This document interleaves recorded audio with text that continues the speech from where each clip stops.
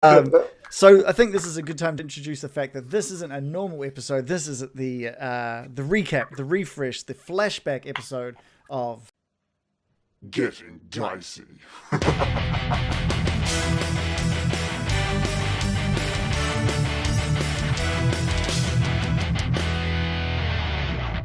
Well, in the tavern, I'm huge.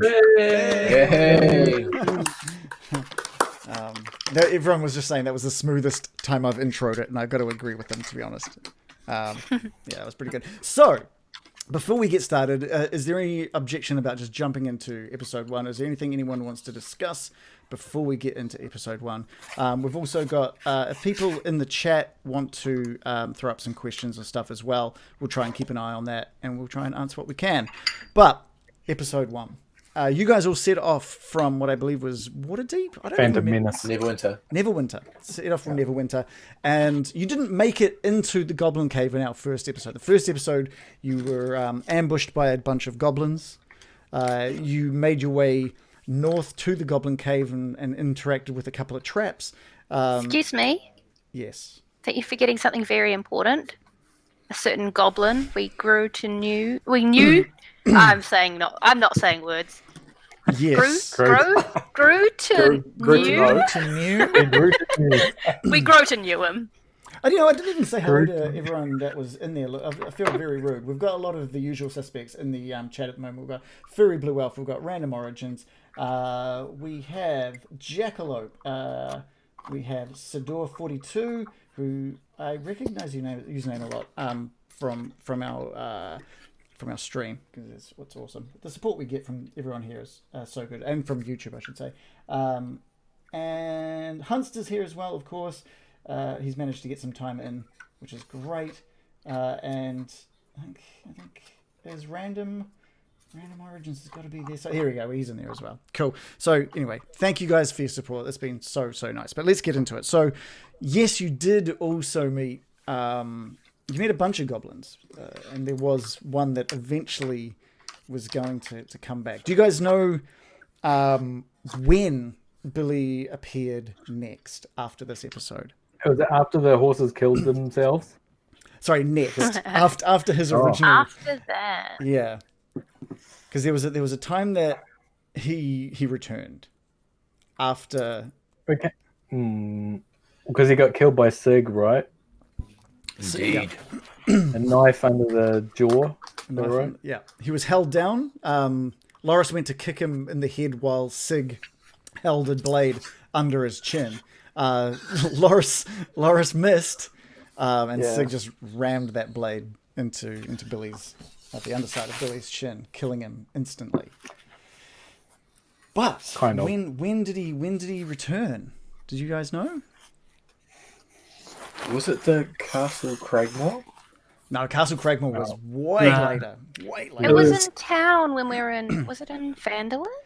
It was in Phandelver. But where were you? Yeah, it was after the boar. Mm-hmm. The boar. Was it after the boar?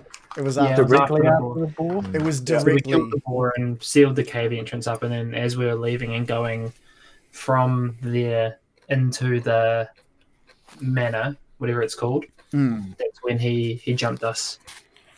Yeah, that's Revenge. right. Yes, the boar was a whole episode, so Yeah, at least as we're going through these episodes, there's one or two we can probably skip by pretty. That was an epic episode and a bit. What I might do, because the introductions of the goblins in the first. I missed something. What happened?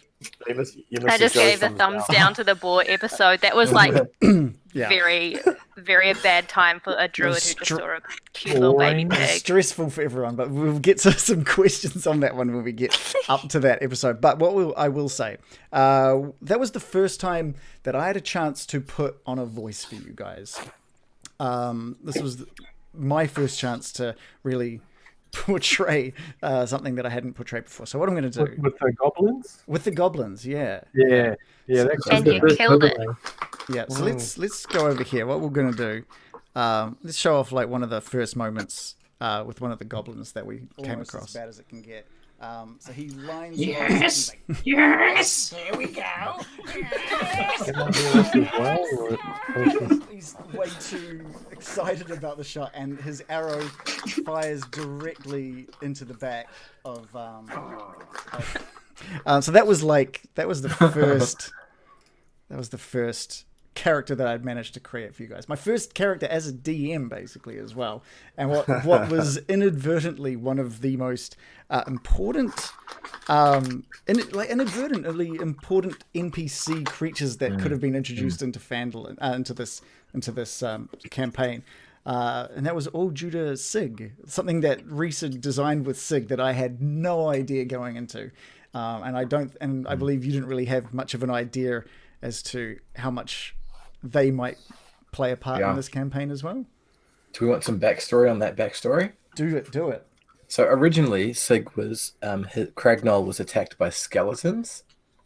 Though we didn't think that might fly super well with a necromancer in the party.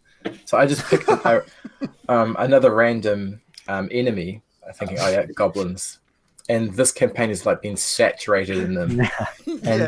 And I was really surprised by that because I was really intending to play Sig as a very held back and reserved fighter because he's all about war scholaring, right? So he was going to be very held back. And the first creature that we fight is with the goblin. So I'm like, okay, well, he has to just go all nuts because he hates these goblins. And then thereafter that, he never really covers because there's always goblins hanging around somewhere, especially old Billy Boy. So yeah, that was quite interesting. Yeah. And they just kept. Let's just have another soundbite. Yes, here we go. Yeah. Yeah. I thought that was good. And you guys. I think you guys have. I don't know. I couldn't even put a number on how many goblins that you guys have come across now. 100. Yeah. Sig, you spent a bit of time taking their fingers and. Yeah. I was recording every kill in the Goblin Cave, in my war notes, and it got to the point where I was just like, "Well, okay, there's just so many." I even recorded it to who killed who as well. Oh wow! So these are the goblins killed in the cave, and then that's right. You were counting them for a while. Yeah. How much of that book have you filled in? A decent amount, maybe. About that much. Probably going to be difficult to. Oh yeah, a few pages. That's cool. Yeah, that's awesome. Yeah, much. yeah. You got a few more campaigns to go through to fill that up. I think. So yeah, that took you guys right up to the outside of the cave where you were introduced to the concept of the Goblin tour. Welcome to the tour. Who thinks that was part of the campaign? Yeah, no. Not sure you're going to suck us in with that one. Like, that was literally, that was the moment where I learned that anything you say as a DM becomes, like, serious. Like, it becomes a part of the world, like, part of the world that you've built. Yeah, straight away. Yeah. But you guys just leapt on that. Like, that was our way in. Cave, that was our way in. We didn't have to fight. We didn't have to. It was like, okay, let's go on a tour. Yeah, it made sense to most of us, and one of us just kind of went along with it. Yeah. Jackalope's just asking if it was the first time that I've DM'd, and yeah, so this campaign was the first time I've DM'd. I've learned a hell of a lot going through the Lost Mine of Phandelver. I think that's kind of, there were some traps. There was a really cool moment I liked where we learned how good Sig was at building traps as well. he built the trap, rolled pretty badly, and then kind of just went, and you guys went off for a long rest. I think you guys are already like taking a long rest. Yeah. After one episode, I think. And you came back to this goblin just holding the busted down trap. And that introduced, I think, us to the Goblin Cave in episode 2, where you guys actually did venture in. And I think Baron learnt the art of the log. Is there a highlight for that? Log escape. I don't know if there's a highlight for that one. It must be. I thought there would be, but I don't know if we've got one on there. We did have one at one point, but it's not on the playlist. Yeah, I think it's on Twitch. Go check it out on YouTube. This the play thing isn't even working for me, I must say. It's not working at all. It's pretending to load, but when you played that clip, it didn't let me see it. Oh well, it's fine. Do you want to give it a refresh? Because it's kind of. Yeah, I already tried that. And it's just not working. It's fine. Well, not really. I'll just imagine them. I'll just imagine the video clips. Actually, Theatre of the mind. Yeah. Did it work for everyone else? Did you guys all see that? Yeah, I saw it. Okay. Yeah, it's a little bit the watch together thing is a little bit flaky. We've tried to use it for music before as like background music, and it just kind of keeps on stopping and doesn't really work the way you'd think it would. Oh, is this what you? Okay, yeah, gotcha. That was the same thing that we tried to use. I'm going to try it in a different browser, but don't worry about me. Just carry on. Okay.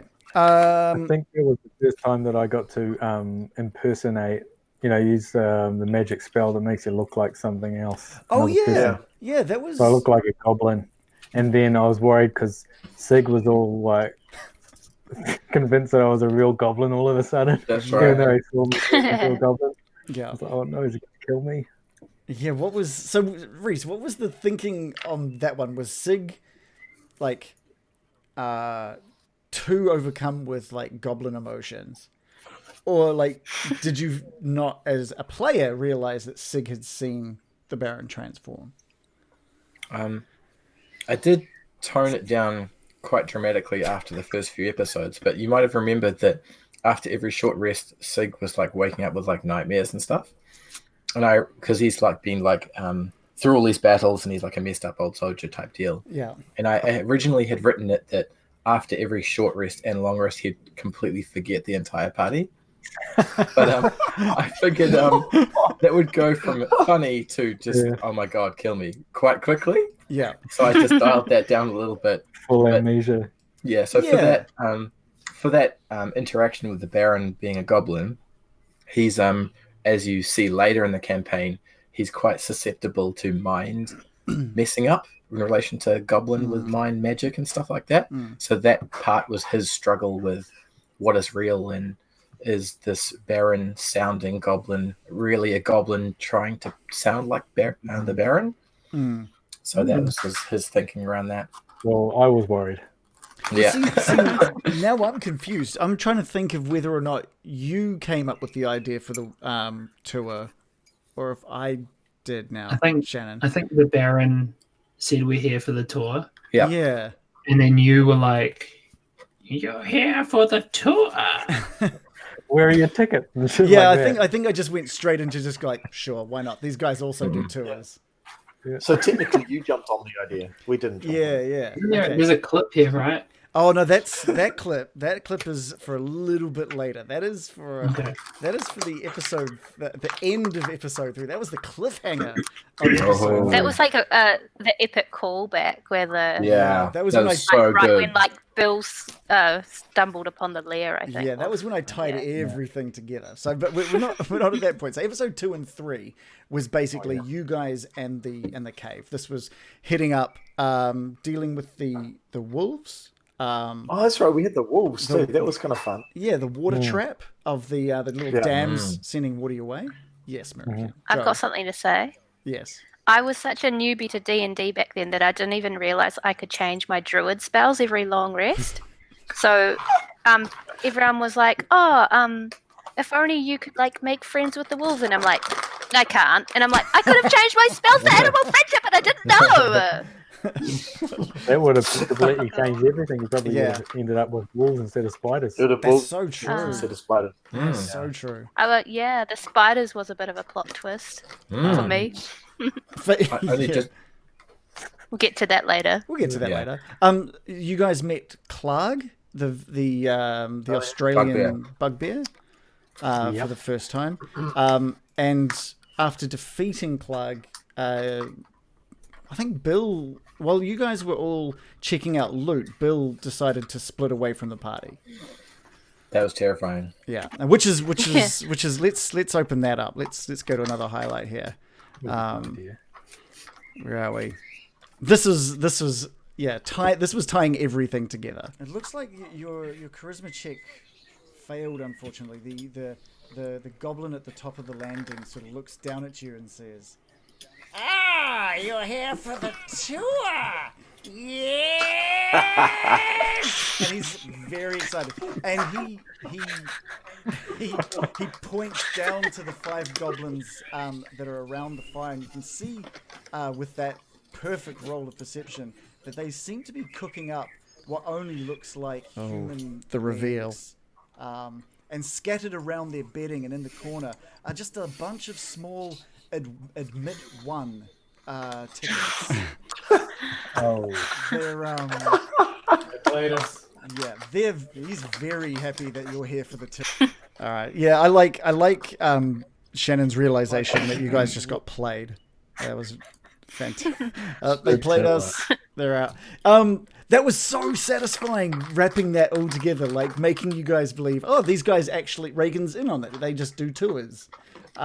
Maybe we can use that. You used it so many times. Almost every goblin that you guys came up to was just like, we're just here for the tour. You guys met Clark, and you guys, we've got our tickets somewhere. There's something, and finally, Paul just came back and Billy came back. It was like one thing that was consistent. Big callbacks. yeah. The that payoff, especially it's so well timed for right at the end of episode 3. I couldn't have planned it any better. You specifically saying you're here for the tour was beautiful. And I think that was our first cliffhanger as well. I like this voice, like, yeah, it was just, it's just good. I don't have any of my overlays set up tonight, so I can't give you a good. Goblins went from comical to terrifying pretty quick. That's what I was trying to say. That's for sure. I wanted Yemik, which was that character's name, to be more terrifying than any of the other goblins that you guys encountered. And there was a part where you guys, because you guys ran from there in episode 4. You guys just ran.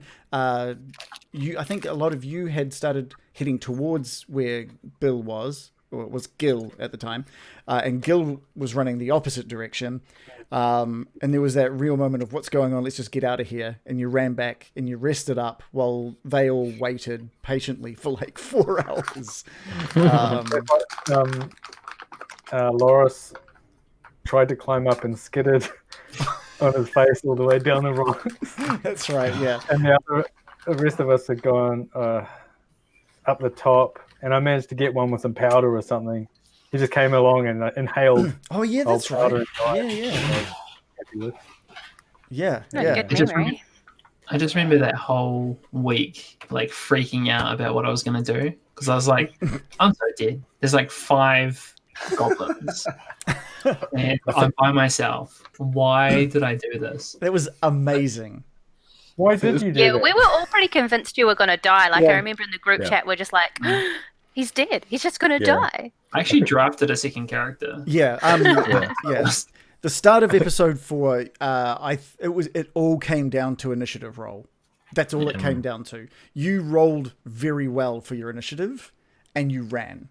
If you had have rolled second or third, I think you would have. I think Gil would have died. Because I was still only level 1 though. So I think I had like 9 hit points or 8 hit points or something. Yeah. So I was like, 8 sounds right. So it's just like, I'm gonna run. I think it was the first week that the no DM channel on Discord just exploded into like. Previously, it was like, oh hey, yeah, cool. What do we do? See you Monday. But this time it was like, okay, panic stations, plan A, plan B, plan C, plan D. I remember, like, you spin out all the elaborate scenarios, and then at the start of the next session, it's just like, oh, he rolled high and ran away. Oh, well, that's good. All the scenarios never happen, do they? That we planned for. Really? Nothing's ever really gone. None of them.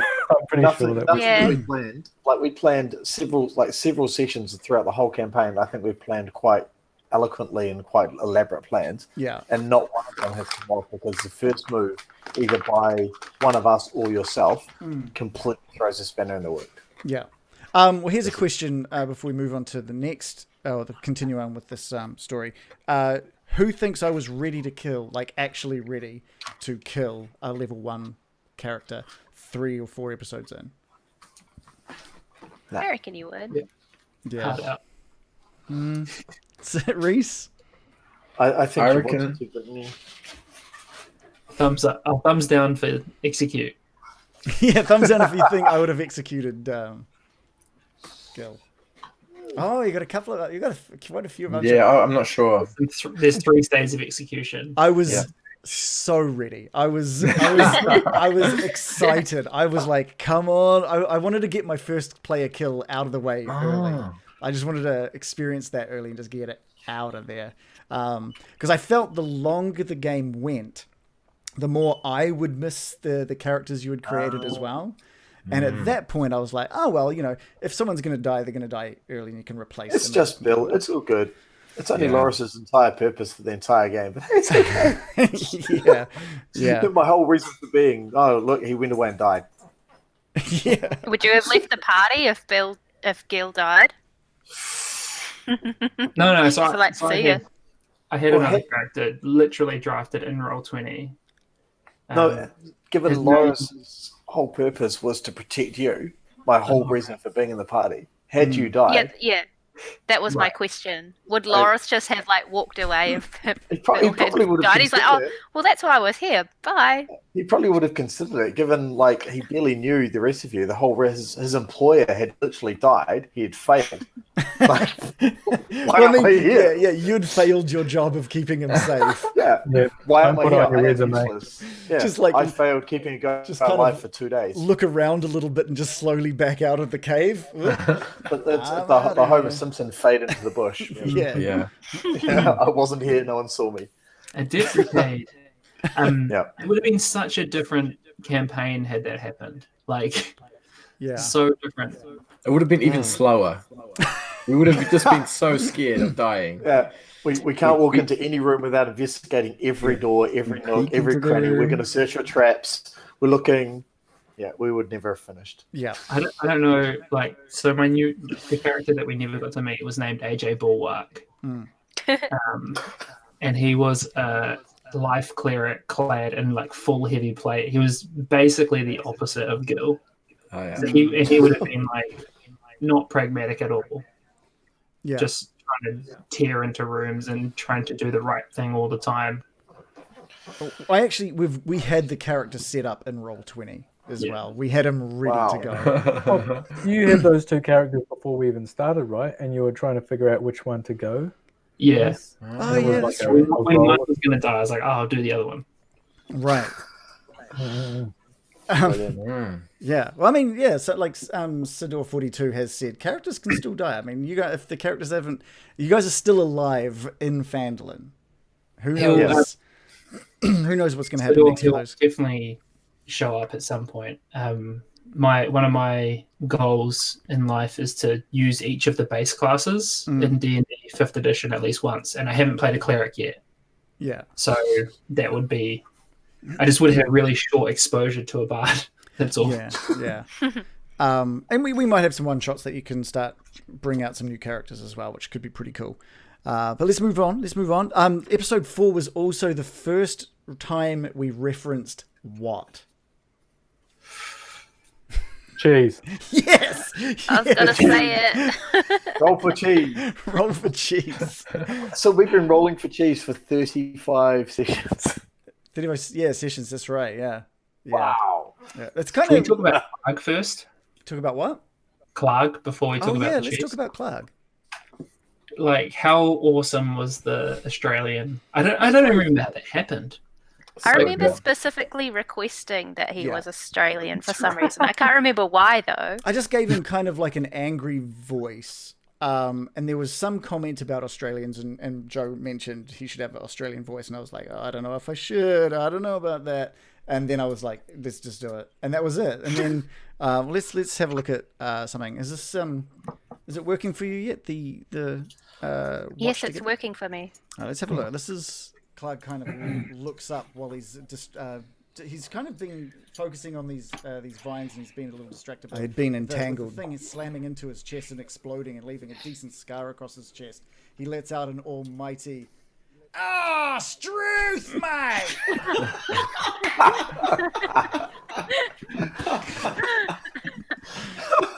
Yeah. So that was that was Clark. That was great. That was such a cool moment. There was a moment where I was like, is that just Clark's voice? Or do I just run all bugbears with the Australian accent? And it had to happen. They all had to be Australian. Is Clark written in the campaign? I'd say yes. Yeah. Yeah. Yes.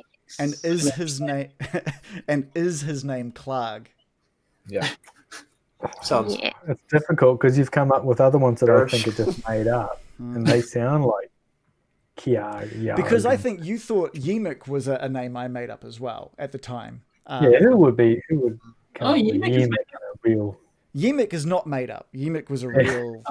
Was in the It campaign. sounds made up. It does. I think because one of the goblins outside was like, I'm going to go tell Yemek or something like that. It sounds like maybe a Russian car or something. A Yemek.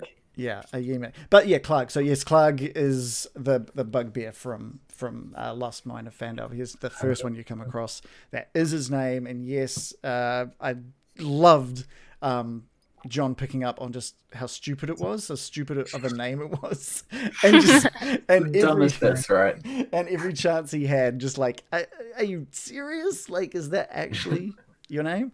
But episode 4, so you guys came face to face with Yemek, who demanded Clark's head. But you guys had already killed Clark. Why didn't you tell him that you'd already killed him?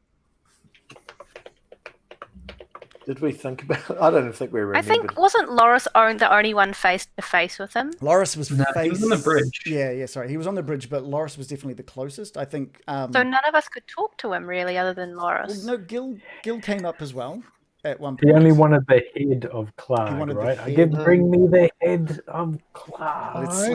Yeah, I've got that This as is well. where he had, Oh, we had Silda hanging over the edge, eh? Wait a minute. We've got a Yeah, clip of that was our first hostage situation. Goblin leaders. We've got That was Yemek terrifying. And we did great. He's sort of looking. He's looking intently at you.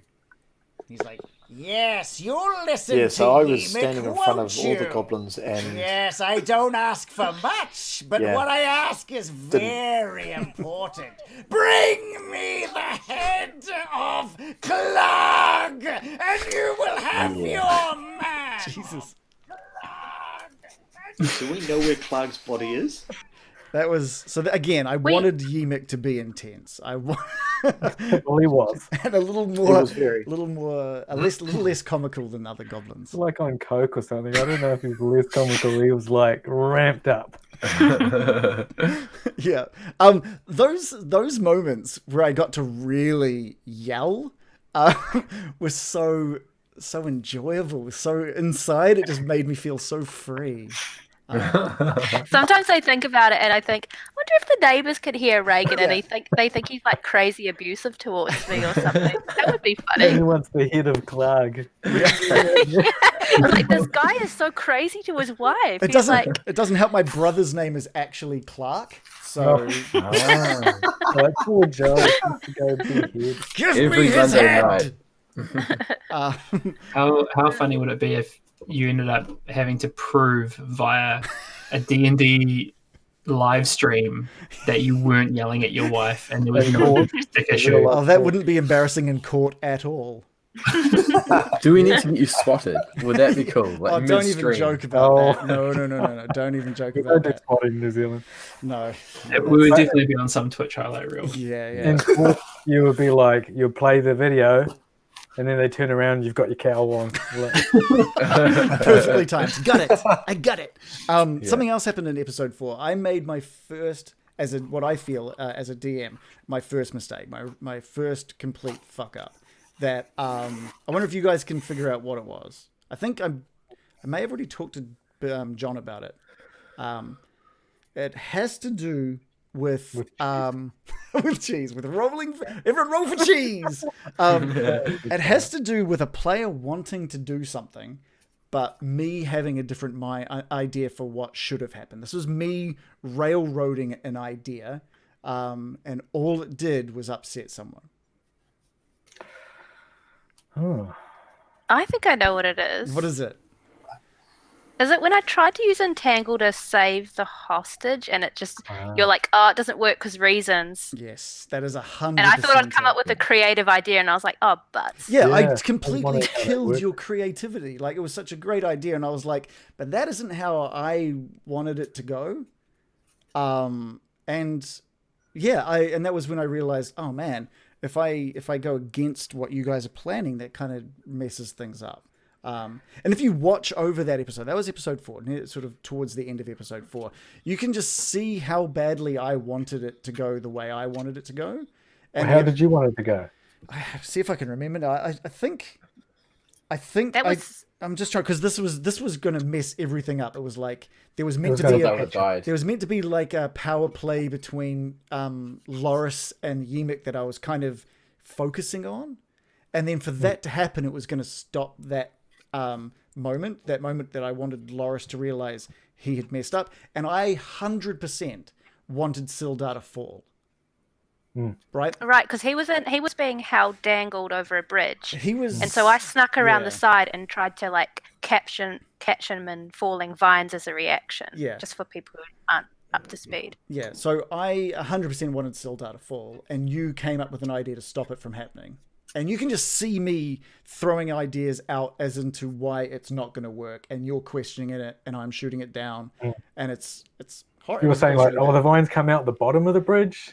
Yeah, and you're like, like no, that. they come Like, up from the top, and I was like, oh, and then it was so weak. Like I was like, oh, as the vines grow up, it pushes his feet up and off the. Oh, it pushes them off. Really bad, really. But at the same time, like I accepted it. Like, oh well, you're the boss of Not the straight world. If away it doesn't- though. Not straight away, and that was what made it awkward. I remember, think. Yeah. Not awkward for anyone but me. Like I totally learned a lot from that moment. But then Sildar fell on top of Baron, putting both of you into a dying state. It was the first time I died. Yeah. Started dying. And I thought I'd be dying the least because I'm all just trying to hide in the bush and like not get in trouble. Yeah. I think I died the most apart from Loris. Yeah. There's Four or five times. there's one other highlight from episode 4 that I really like. We've spent a little too long on episode 4, but this was I think Sig's gonna call back. You guys How remember about this. eat your own shit? We'll be feasting on yours soon enough. That was so good. Yeah. That was nearly a t-shirt idea. wasn't it? Yeah. I was so like, because we've got the Billy Goblin shirt. I was so wanting just a Goblin shirt with "We'll be eating yours soon enough," or like a Sig thing that's just said like, "How about eat your own shit?" I did like that response so quick. We'll be yours So good. soon enough. Yeah, I haven't been able to match that speed with any other comeback ever again in my life. I think that's it. I've peaked. Hey, you've recorded it for prosperity, though. I know so I've you got can it, and just that's the replay it only. whenever you need it. I'm just gonna play Okay, I that didn't get a good highlight. comeback today, but if you go to YouTube, you can see a comeback that I made that was real good. Yeah. John, were you trying to say something? I was just going to say, Random was asking, does Baron have a particular backstory as to why he wants to hide all the time? Oh yeah, that's a good one. Well, he's just not used to fighting. He hangs out in cafes and talks about political revolutions, and now he finds himself in a cave with real goblins and stuff. So He's an aristocrat, not an activist. Why would he have followed? well, he's the goblins both, but to he's not going face to face with goblins every day. Yeah. Why would he have followed the group into the Goblin Cave? Other than it's D&D, and that's what we're meant to do. Well, otherwise he's going to stay out there with the goblins Yeah. by Okay. himself. Yeah. That's fair. But he does want to be an activist, and like bring about revolution. So I think he's always teetering on the edge of hiding in a bush and then joining in. And Sneaky chill chats from behind the bush. yeah, Yeah. Backstabbing his friends and we'll fellow get to that competitors. one. We'll get to that. Backstabbing. Well, That's a bit There generous. was I never don't think any so. of that, but we'll get to that eventually. So episode 5, you guys had saved Sildar. He told you the big backstory, which is when I realized my mistake number 2. I gave you guys so much exposition. I bombarded you with it, and none of it stuck because I gave it all. and I realized that pretty quickly. It washed over us, and I think we missed a good chunk of what Sildar could have told us early on. I also, instead of just calling it the Black Spider, I also gave you Nesnar's name at that point. Totally. Oh, really? Totally gave it away. It was meant to be, throughout the majority of the thing, it was meant to be this ominous black spider, and I think I gave you away that name, like at episode 4. So that was. Did anyone have Nesnar written down at episode 4? Yeah. There you go. There we I go. got my. I was trying to figure out all these people at one point. Yeah. Like, so many. Yeah. Many, I made many Necromancy. mistakes. The No, it's not you. I think just there must be a lot of necromancers in this game. Right, yeah. That's right. There is and there isn't. So we'll get to that as well. So And I also want to say though, it's not your mistakes per se. You were following the module. So you can always blame it on the module and say you know how to do better than the module now. Because you were following the module too closely, is it in a scripted way at that point? Yeah, it's specifically, yeah. This was when I was brand new to it still, and it was like at this point, Sildar tells them stuff. Read this to them, and I think it said like read the first paragraph, and I think I read like all of it. Wow. Yeah. To be fair, I think that given that I spent most of the a good chunk of the early parts of the campaign being annoyed at your NPCs, that monologue by Sildar just did my head, and I was like, what do you mean? What do you mean early on? But I'm like, like, 35 and a half episodes. it changed maybe about episode 32, maybe. Yeah, that's a big percentage. So you guys headed towards Phandelver with Sildar, who was still tired and damaged without any weaponry or armor, and you passed some skeletons on your way in, which was my first little hint of necromancy. Were those skeletons intentional or accidental? I'm going to say accidental. Yeah, accidental. Accidental. Thumbs down for accidental. Thumbs down. I think they were a random roll on a table. I think it was all just your description, and you're like, oh crap, I actually said that. And then it accentuated to be a thing. Baron? I think I agree. I think it was like some random roll battle, but you had in your mind already skeletons. So John hit the nail on the head. It was a completely random battle, like whether or not you guys were going to get into a fight at all. And then I literally just rolled for a table, and it was skeletons. So, Wow. but when you guys got into Phandelver and heard of this necromancer called Glassstaff, I made sure that one of the characters mentioned, were there any undead on your way here? Like I tried to wrap that. That's brilliant. Tried to wrap that back in. But some Skelly boys. The Skelly boys. Episode 5 also introduced one of my favorite NPCs. Actually, Hard On came a little bit later. No, this is little what's his face? He was very, very excited to see you guys. Was the little halfling Carp. As you guys are talking, there's a small child within the town centre. Dave, your reactions to this, you guys, in terms it just made me shudder. Running up to you guys. Adventurers! Adventurers! Oh, adventurers! Adventurers, everybody! It's adventurers! He yells to all the children around the children's swarm. Why, hello, yeah. Oh, that's enough, I think. We don't need to go through the whole clip there. Dude, you hated Carp. I did not like Carp from the very, very minute you introduced him. I was just like, oh god, this kid is going to be annoying. Was it for everyone else? Was he too full on? Was he? I loved Carp. I was number one fan from day dot. That conversation where he mentions there's a secret, and through the conversation we didn't go back to it. And at the time, I was like, "Oh, we need to talk." Me too. I think we've got that as well. That's a set. It was like, I know a secret. Yeah, that's one of my favorite. Tell me, goodbye, young man. Yeah. Where might a bard play a tune in this here town? I loved Carp. He's so good. You're a bard. Oh, Oh, he is. He is. I don't like it. You're like, I'm not the bard. He I've is. never seen a bard here in Phandelver. There's a big inn right behind you, and adventurers. There he is. You know He's got a what? secret. I've got an adventure too. There's an adventure. I've got a secret. And he with that. Boris is just gonna pick him up and Look how turn him uncomfortable around. Dave is. Like, literally. This is boys. Last I just wanted to squash him as soon as he started speaking and just like flick him away or something. We got all that way into it. He's put just up like, with all that I've shit, and got then I a, you could've- might as something might as well have said, interesting. I've got a plot hook. Ah, cool. Okay, so Yeah. I've got another question about episode 5. How many Phandelver NPCs did you assault and or abuse?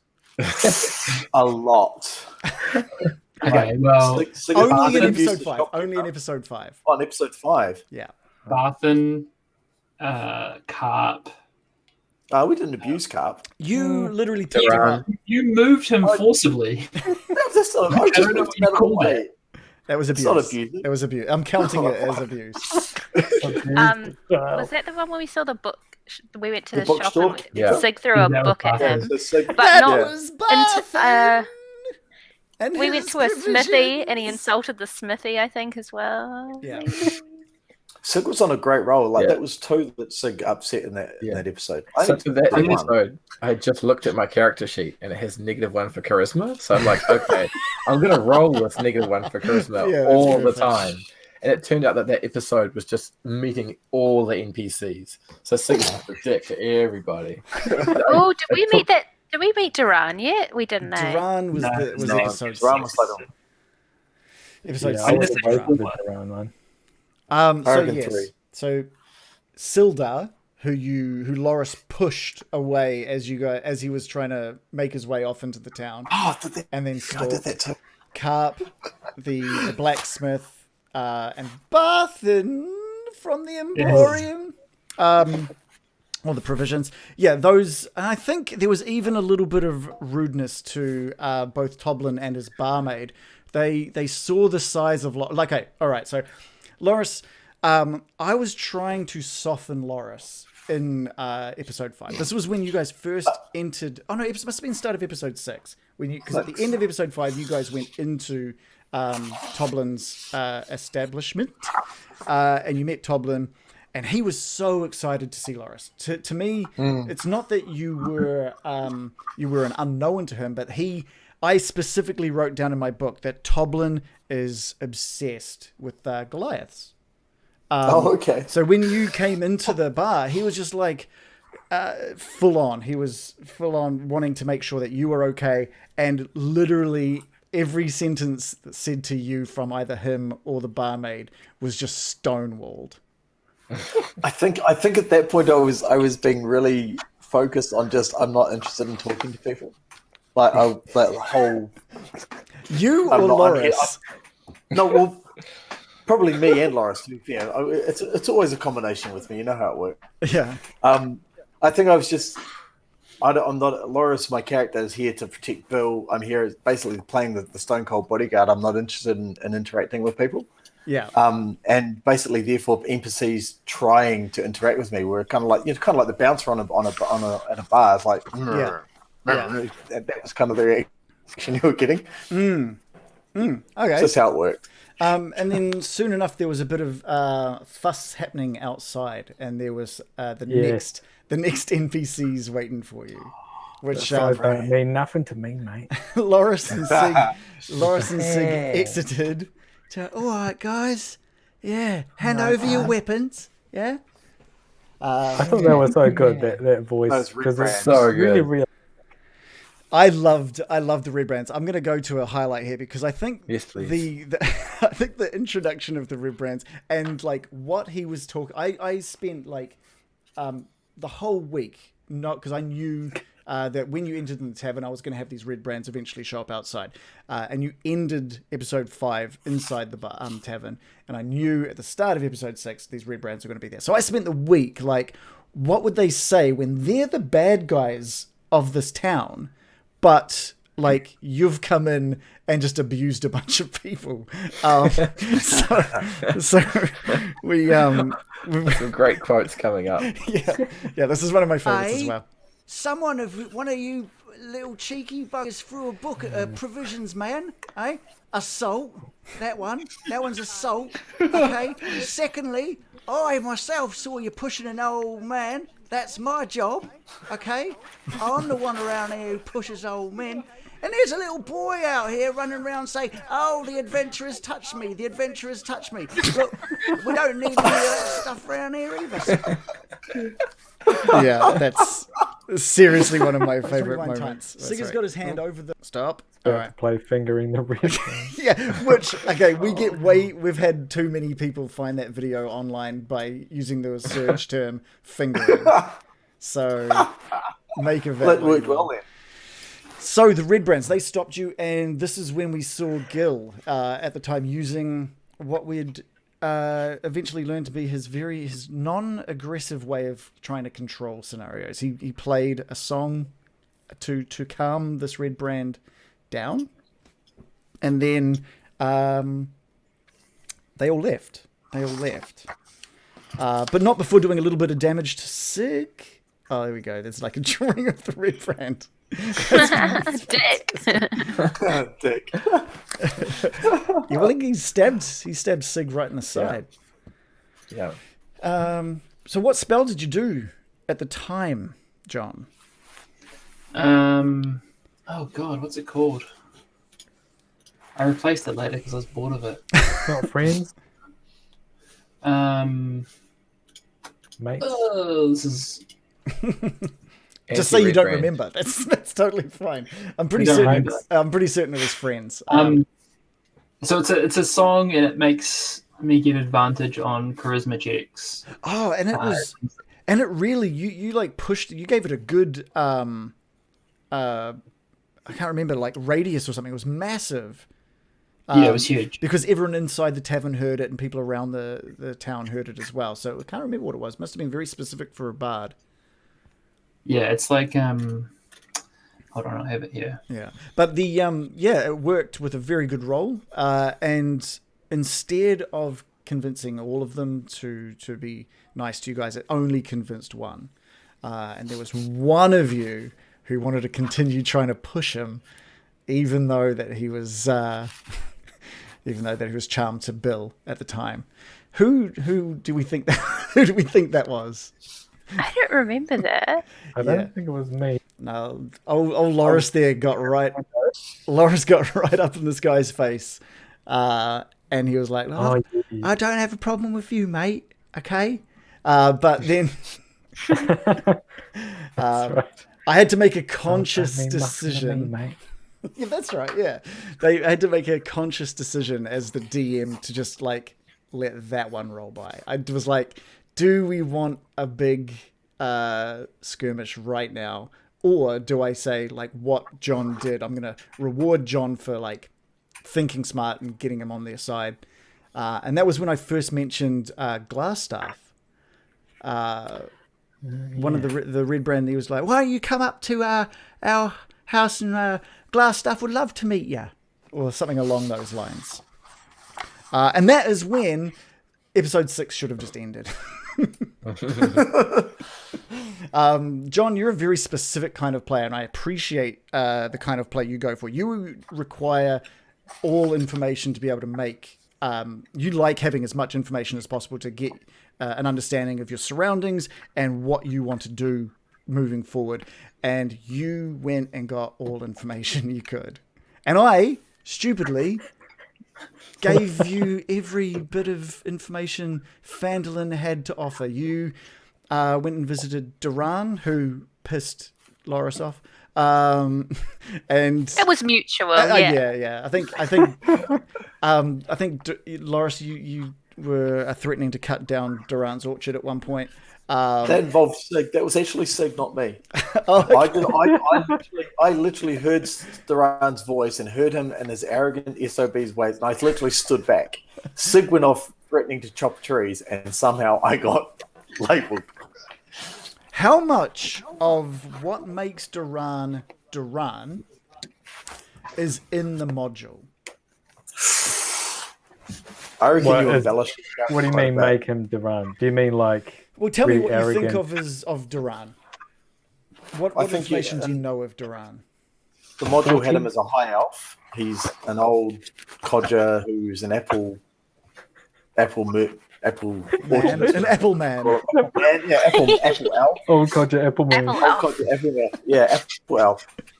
That's I the think- I only. think- Like, That's the only bit that I remember. it just says Apple Health. Apple elf. Forest Elf, Apple Elf. Apple elf is at the top. Yeah, maybe his involvement with the secret society was probably part of the modules, but I think a lot of it though you embellish, Okay. like as far as his attitude to the world.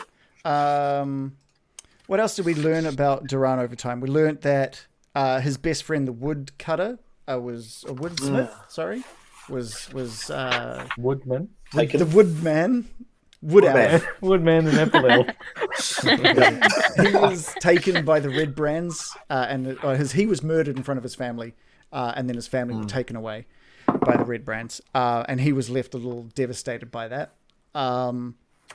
What else did we learn about him? He belonged to that society as well, and that Order of the Gauntlet. Order of the Gauntlet. Yeah. Two-story house. Two-story house. Full of apples. Full to the brim. He was easily manipulated by a dude he was supposed to be holding captive. We'll get to that one as well. We'll get to that one as well. Deeply depressed at one point. He got deeply yeah. depressed. Okay, well that'll be a good thing. Was his depression, even his upset at how his friend the woodman was murdered? How much of that was in the campaign, do you think? Versus No, that can't be in the campaign. Yeah, you added that. yeah. So the woodman did die. He did get killed. Wow. But Duran, he didn't have anything to do with that side of things. Oh, really? Yeah, he didn't know. He didn't. I don't even think the book mentioned no connection between the two. Impressive, man. Yeah. So let's move on. So you met them. You went down to Laineen at the Lion Shield Costa, and she insulted the song that she had heard Bill or Gil singing to outside the tavern, which absolutely broke at that point. Let's have a look. Anything else about episode 6, or should we take a 5-minute now and then run through, or what are we thinking? Carry on. Just carry on. Just carry Let's on. not sit in episode 6 any longer, eh? All right, Yeah, let's yeah. go. Let's roll through a bit more. It's going to be as long as episode 6. Yeah, we'll blast through episode 7. So episode 7 was one whole fight. You guys fought this red brand who had managed to take Carp sort of hostage in the middle of the town centre. Bill, I believe you've made him fall asleep, to which Loris then woke him by throwing him over his shoulder and failing with that strength roll. That's right. I think that might have been. Was that the first time I used Misty Step Yes, it was. to be a badass? Yeah.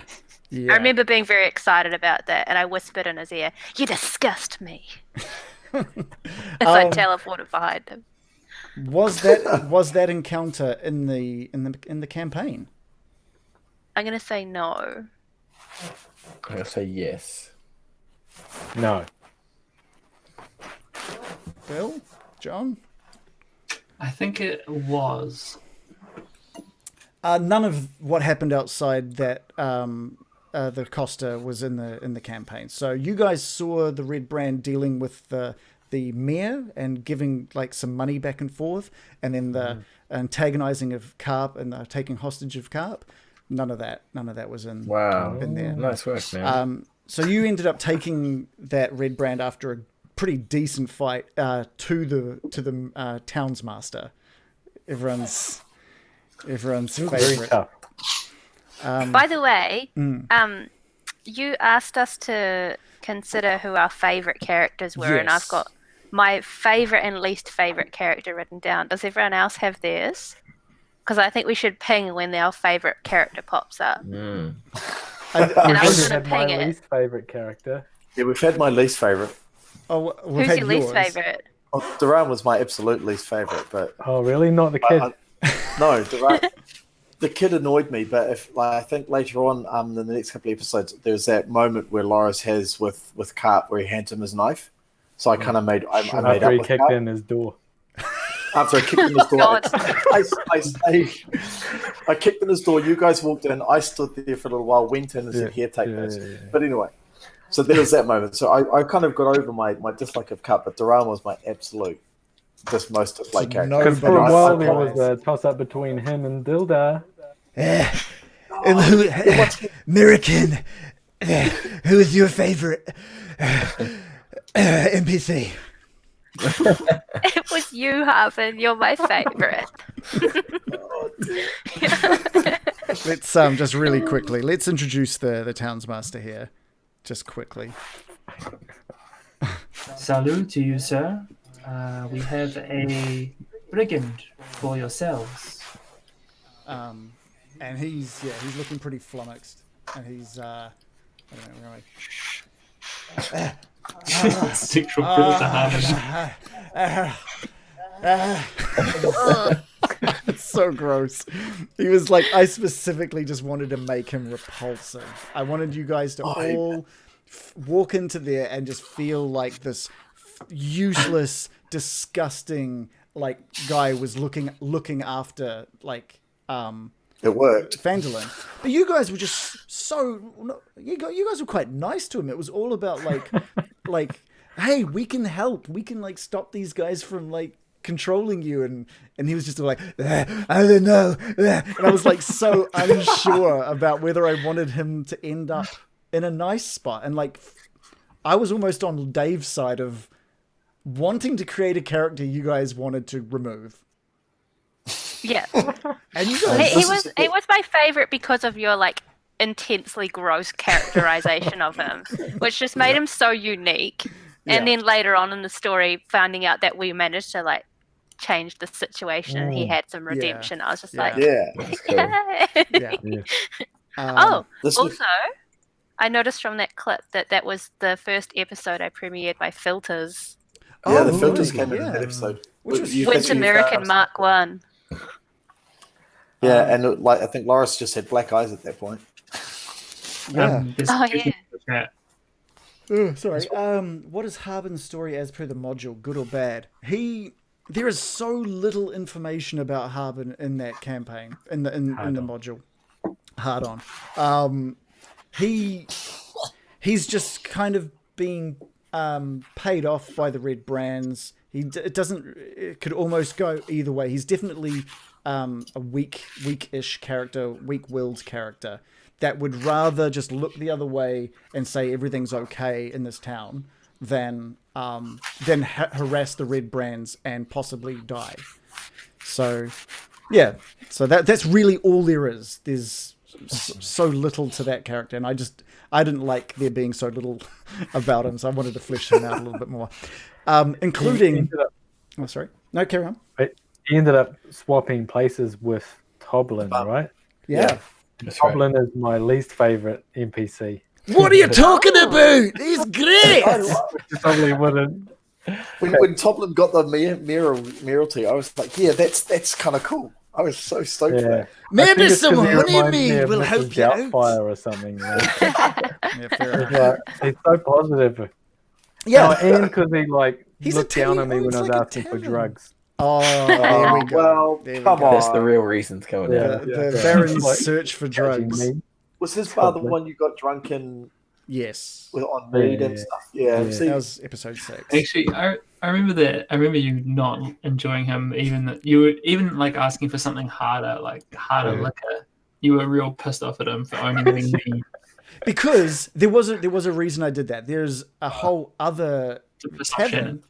There was a whole other tavern that the Red Brands frequented that he wanted nothing to do. This was the wholesome family tavern. Right. If you Goblin wanted Co. to- Yeah, if you wanted you to, were in the wrong. you had to go to Goblin Co. Valentine's. You had to go to Valentine's. Nice. Anyway, so you guys then left the townsmaster after sort of making a deal. Look, we're going to go up and wipe them out. Don't you worry. And as long, there was also the botched attempt at trying to like torture this red brand. terrible Oh, rolls. Oh, this is where I chopped a finger off. Can I? I chopped my, You cut damaged into your my hand. Yeah. I cut my hand. Almost cut your pinky off. Yeah. Yeah. But on your way, the townsmaster, no, Sildar, I think, oh, a good old boy. He told you that maybe there was some information that Carp had that you guys could utilize. And you had just saved him, so you wanted to go check up on him as well. On your way there, you passed a house that had just been like vandalized with like vegetables and stuff. That was Harbin's house. It was just like a little bit of extra flavor as to how little he was liked in the town. You're not just a messy eater. Not just. No. I mean, I kind of am, but.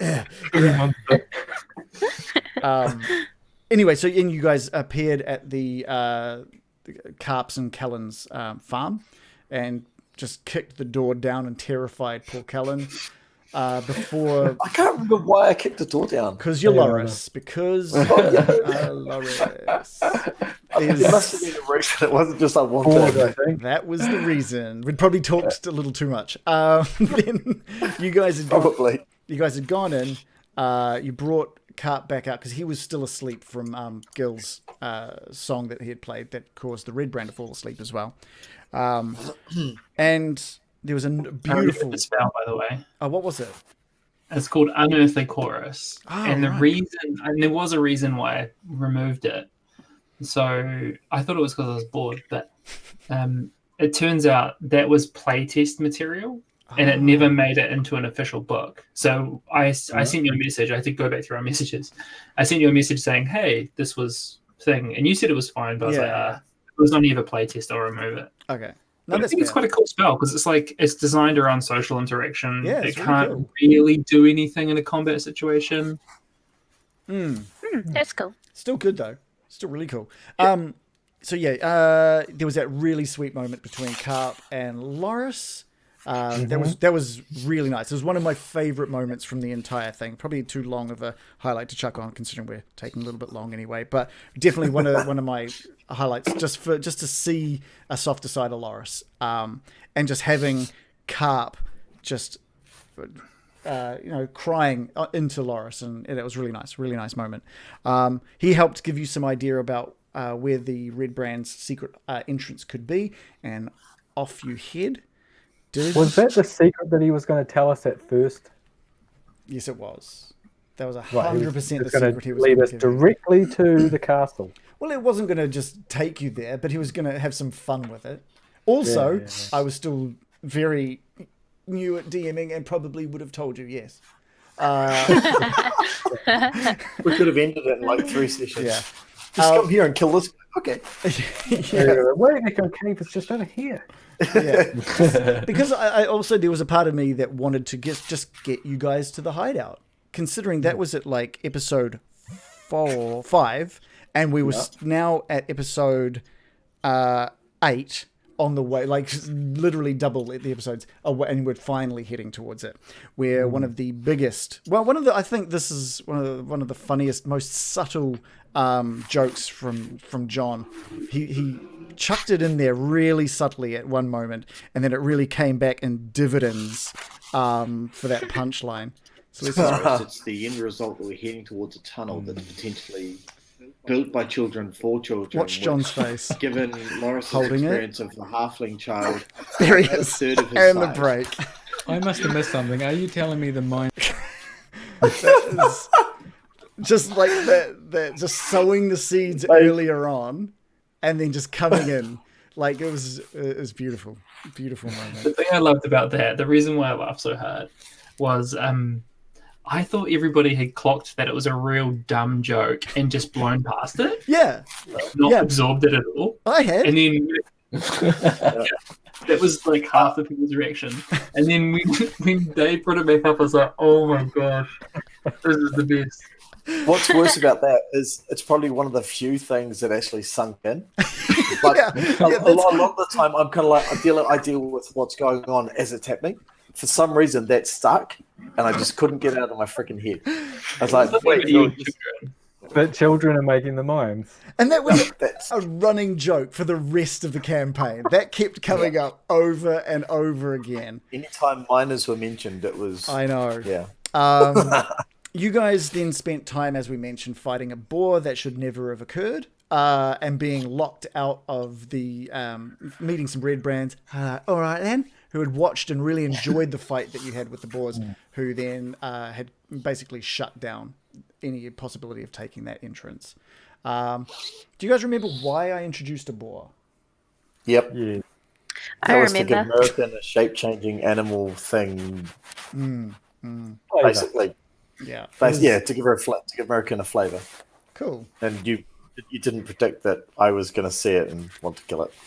Correct. And funnily enough, I remember that week I'd had just one of those. I had the week prior to that. I just had one of those weeks where I was like kind of grouchy. Yeah. So it was just like I want to kill it. Good to take it out on your D&D crew. You guys just kind of wore the butt end of it. Yeah. You guys then made your way into Cragmore Castle, and where you met some more red brands and fully unveiled the horrors of Entangle when one of them managed to crit fail on their saving throw. Entangle, definitely my MVP spell for the campaign. Yeah. I think each of you with spells has like an MVP spell, I think Gil and Sleep, I think, would be his. And I'm trying to think, Baron, probably Chill Touch is a cantrip, isn't it? What's that one you wasted a bunch of guys at once with? Was it Ice Knife? Oh, Ice Knife. Yes. Yeah. You killed like 5 guys at once or something. Yeah. Yeah, they're close by, but often, Yeah. we're fighting people and it would hit us, so I can't use it. But yeah, it's good when they're all bunched up. Yeah. Actually, I think your MVP spell has to be the one that gave us Barry, though.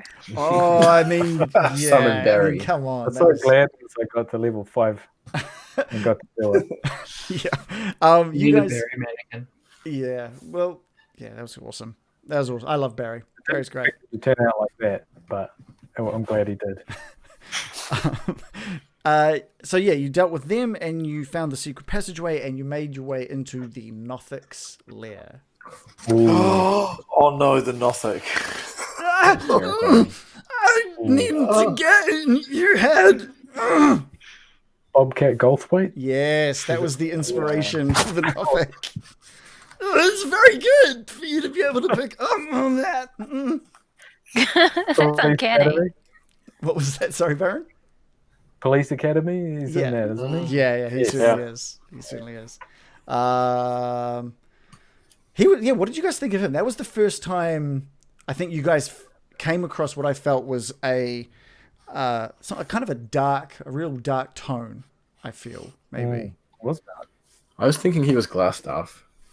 Right. Oh, actually, there was that going on for a bit there, wasn't there? Yeah.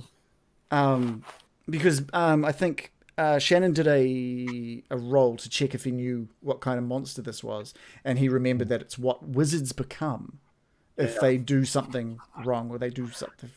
I thought it was maybe Iano. Because we didn't know Iano and Glassstaff were the same person at that point. That's right. Yeah, that's right. Good old boy. Poor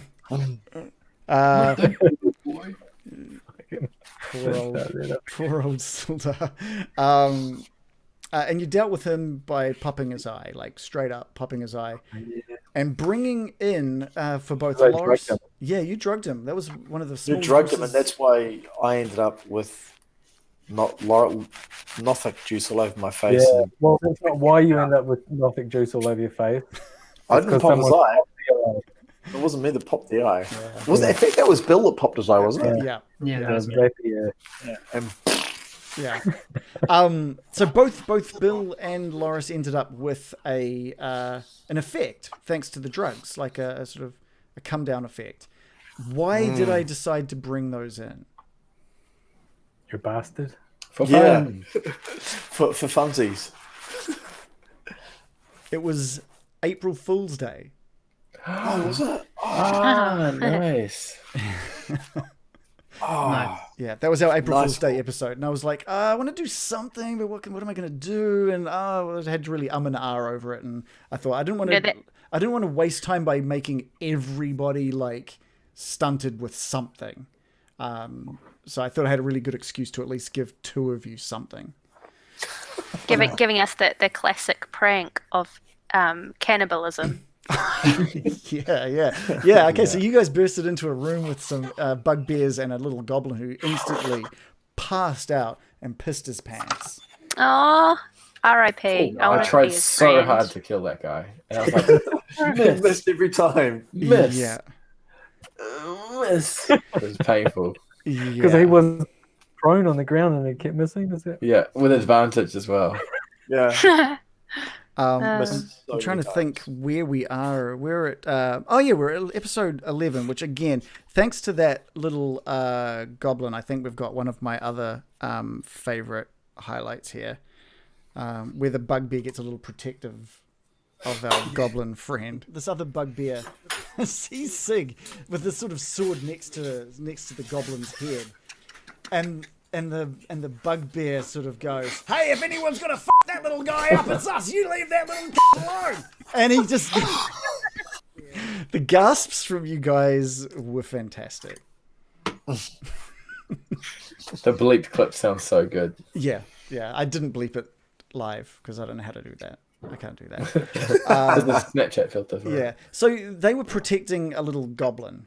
Well, he was basically, if you guys had listened at the door, you would have heard that they were basically just picking on this little goblin, telling him to clean up their messes and do a little dance, that kind of stuff, basically just belittling him.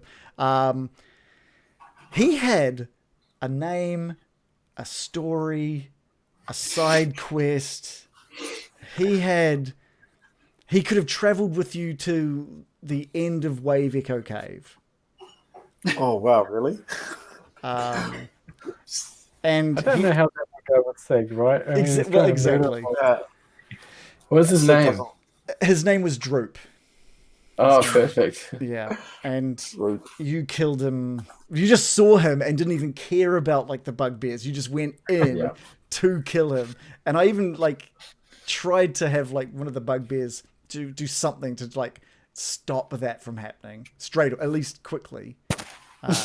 Then he died. And you guys made your way up to another area where there had been some red brands drinking. And there was a nice hammer up on the wall with a little puzzle. That like, Baron, you figured out that puzzle straight away. Yeah, it felt like it was all made up, like it was pre-planned. Oh, cool boy. So here's the question. Was there a weapon in that room that I replaced the hammer with? Was there an existing puzzle with an existing weapon that I replaced that hammer with? I almost felt it was too early for something like that. No. Well, we already had Talon. Yeah. Reese told me about the hammer the days after you found Talon. And I was like, shit! I need to figure out how to... God damn it! And so I was like, I need to sacrifice Talon to get this weapon. And so I just created like a really quick little puzzle. It's a good way to do it. Yeah. Otherwise, 2 magic items, getting as a cool puzzle. That's cool. Yeah. When there's a highlight for episode 12. It just says, I smell piss. And I think that was because of Murican smelling Droop's piss on the floor. Piss. Yeah. Piss, if you're playing at home, is another keyword that people have found videos of ours on YouTube. Ew! Why? Why the internet? Oh, you're so gross. You're so gross. They're like, oh, I smell piss. This is my kind of video. Oh, it's just some nerds. It's not even any real piss in it. Next. Where's the piss? You just said the word piss. Damn it. They're like, no, I don't want theatre of the mind. I want real piss. I don't want to imagine piss. Urinary. Piss of the mind? No. Piss of the eyes. Yeah. Wow. Just wow. What else have we had? You then move into basically, we'll just skip ahead a little bit because you guys then made your way in and found Iano, Glassstaff. Well, the one and the same. Dun dun dun. He almost got away. Who else got He away? did. Because you guys failed your roll. And then we just gave him away after that anyway. Yeah, and never saw him again. I Yeah. was so pained over, like, so the campaign says, if they kill him, he kills him. If they runs away, he runs away. And if, do whatever you want. It basically just says, do whatever you want. And I was like, I'm too new of a DM to know what I want. And I was seriously painting myself over, if he gets out of this room, am I going to let him get away? How unsatisfying would that be for you guys if your first boss fight ends with him just getting away? And thankfully, Bill's sleep spell just answered that for me. It was one of those where this is when we first came up with the rule that you have to aim sleep somewhere you can see. And you aimed at the top of the stairwell, like the wall, just through the doorway at the top of the stairwell on the wall. And you said, I can see that. Can I do that? And I went, yeah, let's do that. And you managed to just catch him and brought him down. I think it's literally the first time I cast sleep as well.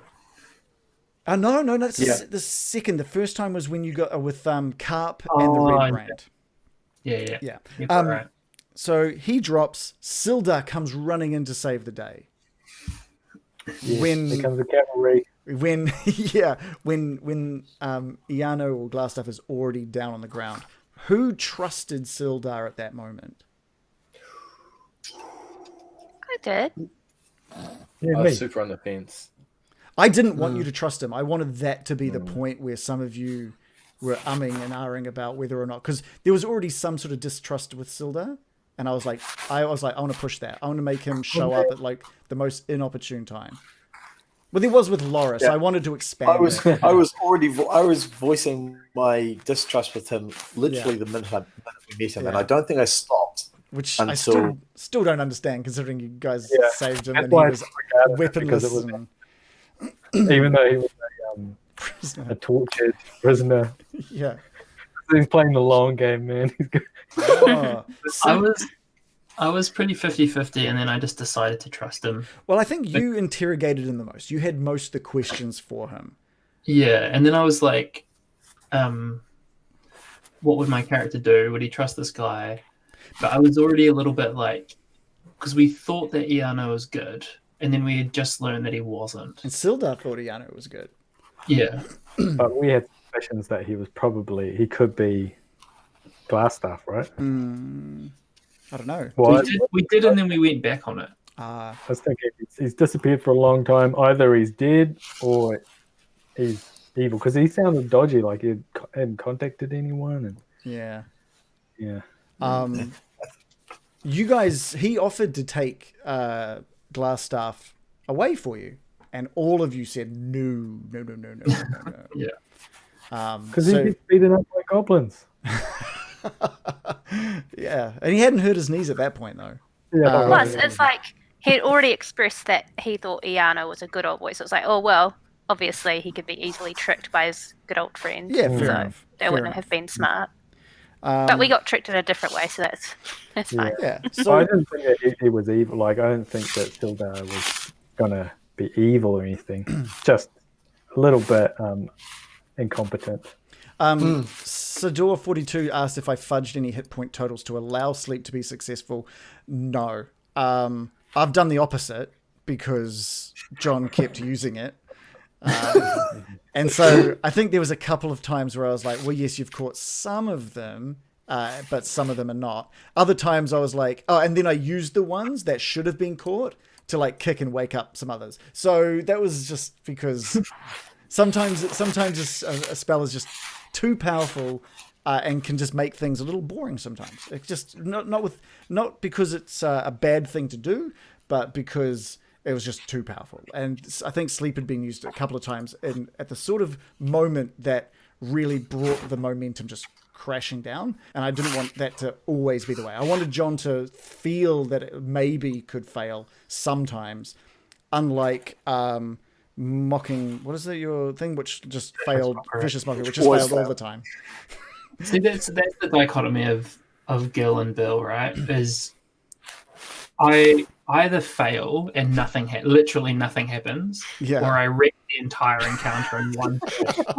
Dude, there is no There is no in between. My favorite use of sleep was with the Sturges in the cave. Oh, And they just yes. all dropped to the ground and died. That was amazing. I thought that was going to be a massive encounter, and you just wiped it out so we could get on to the next one. I like that you went with that, because I could see you thinking, what's going to happen? Yeah. Fuck it. Yeah, okay. Let's Yeah. do this. They'll die. I didn't think they'd die. I thought they'd just all drop. And I was like, well, Sturges have got to be weaker than us, right? So we're probably okay. Yeah. I mean, if they were any lower, if I had said they dropped from 10 foot, then they would have survived. But they dropped from 20 feet up, and that was enough. But let's move on. So you guys then delivered glass stuff to Duran. Why? Where did that come from? We're good Didn't guys. Sildar suggest that? No, I Or don't did think Duran so. say- I think for me as a player, we had like really overdone it with talking to NPCs. And I just think, and we'd always, with any person we'd tried to get information out of was just a disaster for us. And I personally was like, let's get rid of this guy and like carry on. I don't know. We didn't know what to do with him. So ditch him on an NPC. Reagan will know what to do with it. Yeah. That was my philosophy on the matter. And I mean, I thought it would be evil to kill him as well. Yeah. Right. And I believe Sildar even offered, hey, you guys didn't clear. Did you guys find the Woodman's family? And if not, did you clear the place out and we can go in and find anything that's remaining in there? So I sort of offered to go back in afterwards. Yeah. He took some soldiers. But you What guys. percentage? Oh, sorry? What percentage did we not see of So- that area? There was basically you know the corridor that you went down, Sig, and then you fell into a With trap. dust. Yeah. Yeah. There was a doorway on the other side of that corridor, which led into this room with some coffins with skeletons that would have popped up. Past that room, there was an entryway back down to where Glassstaff was. So it's kind of like the secret exit that he took to escape that room. This would have led towards, so you would have been able to sneak into his room. But on the right, there were cells from that skeleton room, where there was two more rebrands and the Woodman's family. Oh, right. Yeah. Because I thought the Nothic ate them. Because there's bones around the Nothic. The body- So there was thought- the Woodman's corpse or skeleton was there, wasn't it? That's right. You did find his body. But yeah, you could have rescued the family. There was also a side quest with that family that you would have unlocked as well. But you guys met up with Sister Gariel, learnt about Agatha. Ding. Oh, Least favorite NPC. I think she was my least favorite as well. She's got to be Bill's favourite, surely. She was my favorite, but Yeah. she was good. Yeah. Yeah. She was just like a healer, like trying to help people. What didn't you like about her, American? Joe? I found her, I don't know, a little bit boring and a little bit snooty and a little bit like didn't really have any compelling anything going on. Like I remember like the first thing I was like, oh, I feel like I ran up to her because she looked like hurt or something. I was like, can I help you? I can help you. And she's like, oh no, I don't want your magic. And I was like, oh. Yeah, she never doesn't mind. believe in magic. Yeah, and like just every encounter I had with her, she was either like kind of boring or didn't really have a compelling reason for anything she kind of had going on. Did Sister Gariel dislike magic, do you think? She was anti anything cleric. Right, so she was from what I She was a pitched her prayer. as, she was all about the healing of God and natural healing and no magic. It's a bit So anything magical was a bit anti that. part of the campaign description or just made up. I feel like that's something the campaign would have put in. Yeah, probably. But that sounds like Made up. Thumbs up for made up. We're getting unsure two and two. It was made up. I realized I messed up because as I was reading it and I was reading over the side quest that she was giving you with Agatha, scrolling down, she gives them 3 health potions when they come back. I'm just like, why would she have them? I've just said she's against that shit. And then so I was like, so I had to like weave it in. Oh, if you do this, I know you appreciate the health potions, and I will do my best to find them for you and give them. And I was just like, I messed up. Anyway, you guys head off to Agatha, where you Agatha. past Coneyberry. Coneyberry. Coney 2012 berry. Coneyberry 2012. Where I looked for Coneyberries and couldn't find any. Yeah, no, you couldn't find a single Coneyberry. And you guys met Agatha. Yeah, which I have questions about Agatha. Nice. Nice. That's awesome. I thought Agatha was cool, and it had like a really cool, airy, freaky map and everything. Yeah. Oh, that's right. I used the animated map for that one. Yeah. And then Bill charmed her. Yep. We gave her the comb that we got from Agatha. Silver comb. And then she said like something about Seanorth. Seanorth, yeah. The necromancer got it like 100 years ago. And that was it. Yes. So it was like a Seanorth, and there was another character that might have given you some more information about that. A certain character that was looking at the remains of an old, or whatever his name was. Who? Droop. No, not Droopy. No. The Goblin. There was another character that you guys went to straight after Agatha, who was searching around a well that to an old tower that belonged. Oh no! To a necromancer. About Seanorth. Yeah, I think you did. Yeah, and he was like all cagey at that point. He He was didn't want to cagey. reveal anything. He didn't want to reveal anything until you did something for him, which is, if you would have gone to him before Agatha, he would have asked you to either have helped him out with the orc problem that he was having, or if you could go see Agatha and find out something for him. Okay, and Agatha was going to answer one question for you, no matter that question. She could have told you where Gundren was. She could have told you how to get to the Wave Echo Cave. She could have given you the whereabouts of that book that you were looking for Sister Garael, or she could have given you the information that Hamun, his name was Hamun, and I just hated it. I changed it to Hamun because I wanted to give him that accent.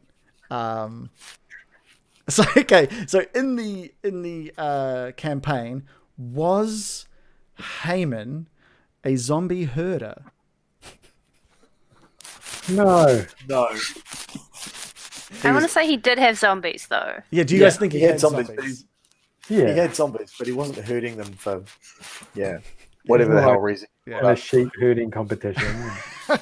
Yeah, he was meant to be just this grey shaded entity, right? He was neither good or bad. He was just having protection for himself while he was studying at this location. No one had ever actually been harmed by his zombies.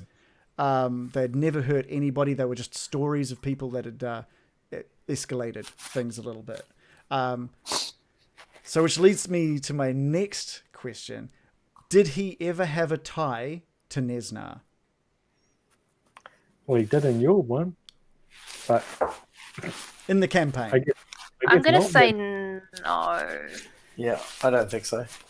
There was no tie to Nesnar at all. When I realized you guys were going to kill him, I saw how torn everyone was about taking him down, and I was like, I felt really bad about that. I felt like that turned so. Yeah. Yeah, that was we went and we were about to have tea with them, and then we just ruined everything yet again. So I needed to, for myself, make sure that you guys were happy with the fact that he was dead. So there ended up being the note from Nesnar stating that, I'm supplying you with this dead family that you can use in your search for stuff. Yeah. So that was all color. That was all created to make sure you felt okay by killing him. Because there was a lot of. Yeah. You guys then took you guys you had a couple of orcs show up as well while you were fighting that I think had their eye on Mirakin for a bit there as well, because she thought she was far enough away from Heyman to do something, and then suddenly found these two orcs face to face with her. I like that one was good and one was angry. Yeah, Or one of them was more, let's leave, and the other one was aggressive. Yeah. And so that was an interesting one. This was where I had created a whole homebrew side quest. There was like a thing that you were meant to go up for Heyman, or even there was even the townsmaster Harbin had a job posted on his door that was like, hey, help me out with these orcs. But the quest for it was kind of boring. And so I just made this whole other thing with some very, very cool characters, which I'm not going to spoil because I'm going to have to bring them back at some point. Because they were so good. But basically, what I realized at this point was that no one had really dabbled with grappling. So I had created a kind of a story to remind you guys that, hey, grappling exists. There was like this side quest that was just going to introduce that mechanic and be like, hey, don't forget this mechanic exists. Does it involve oil wrestling? So close. So close. Okay. Jelly wrestling. So close. Fun. But it's so painfully close. No jelly, but definitely wrestling. Goliath Krav Maga. Think more like WWF. Yeah, like Ultimate Warrior. Yeah, I was really looking forward to bringing that in. Yeah. There was 100%. That was going to be one of their voices, by the way. So what happens then? You guys. By this point, Mirakin you guys had come across Billy a few times by this point, and you had carved him up multiple times. In fact, back at the Rebrand hideout, he came around multiple times. Even Yemik returned, I think. Or no, it was Droop, I think, came back to life. They swapped heads with Billy. And then on your way to where Heyman was, you came across a cocooned version. No, not a cocooned version. A version of Billy that was basically telling you to back off. Don't. Just leave me alone. And you split him open. He was cocooned. You split him open and spiders came out. He was cocooned later, I believe. Oh, no, there was... Before, he came back cocooned after you fought Heyman. But beforehand, he spilt open with spiders pouring out of him. And this is when the DM went, hello, this could be cool. Because you spoke with animals, was it? I used animal friendship. Animal friendship. I think. Yeah. And that's when I just yes-anded the shit out of that. And I was like, that could be awesome. Originally, it was just going to buy you some time. And then I thought, no, let's actually see how far we can take this because the spell lasts a wee while. And I was purely going to base it on whether or not you just told them to leave or to stick with you, basically. And you ended up feeding them some cheese, I think. What do we got here? Okay, there we go. It's got the spiders on his shoulders. You fed them cheese and really started becoming friends with them. And so I was like, let's just do berries. it. Yeah. Coney berries. Oh, and then I used speak with animals on them. And That's right. Have a spider. Yeah. I can't remember what they said at the time. It's probably like eat or something, maybe. I can't remember. Yeah. It was I was really like, what was it like being inside Billy? And they're just like, duck. Oh, yeah, Duck. yeah. I didn't at that point know where I was. And then they called Loris Tasty at one point, I think. Oh, yeah, bite. There was like, bite. I didn't know where I was going with Billy at this point. At all. I was just throwing out random ideas because I didn't know when or if he was coming again. And then I'd forget it. I'd not think about him for the next week, and then suddenly he'd spawn again. And so that's when I think you just had him with the spiders, and then he showed up again, all cocooned. And I think someone set fire to him, and it burnt all the webbing away, and he came out at like double size, or hobgoblin size, or something. and that was when I started just playing with them. So anyway, you guys went back to Phandelver. You delivered the information to Sister Garael. You went to go see Sildar, who had been injured while clearing out the rest of the Rebrand hideout. That was really touching as well. You guys left him there. Baron left him with like a little pack of cigarettes on his chest as well, which is really nice. And Bill became an honorary member of... Well, I know, but Does anyone else remember? Oh, yeah? The Harpers. The Harpers. That's the one. Yeah. And then you guys all decided to go see how Duran was doing with Glassstaff.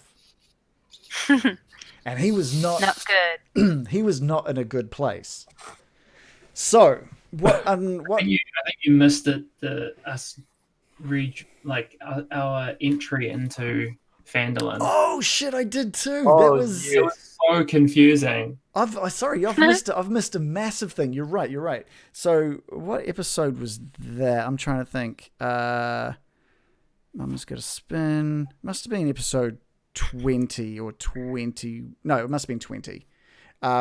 You guys head back into Phandelver and you just see a massive fire and smoke pouring up out of Phandelver, and you see what looks like red brands throwing bodies onto a fire. That's right. It was tense. And it was all a party. It was all just a party. Now, how much of that was in the campaign? I'm None. going to say 0%. Yeah, you're good. You're all good. I think you made up to Phil. The changeover of Gil to Bill. That was an absolute setup. That was just an additional to this. The festival, I wanted you guys to think that handing Glassstaff to Duran was a bad move. I wanted you to think. I already thought that. What were we supposed to think? Like there was a whole nother group of adventurers Red just like Brands. us? or Because something? you guys hadn't cleared out the Red Brand hideout. You guys hadn't actually seen it all. There could have been numerous rooms that you hadn't seen. I wanted to feed on that fear that, oh God, we didn't actually clear it out and they're just slaughtering everyone. And Loris had a good roll of perception to see if he could spot one of the bodies, and he rolled badly. And what Loris saw was Kellen being thrown onto the fire. Yeah. I just want to say, quote Reagan Morris, 2019, I wanted to feed on your fear. That's something you need to tell the cops when they turn up. Hey, no. Come on. But that did got on introduce. That did That's on introduce. video, right? That did introduce someone that Gil knew very well, which was at the time Bill. John, how much did you know of what was going on there? I knew nothing. Did you so have any idea where I was heading with it? Yeah, so I was working it out in the session. So I didn't have none of it was like scripted or anything.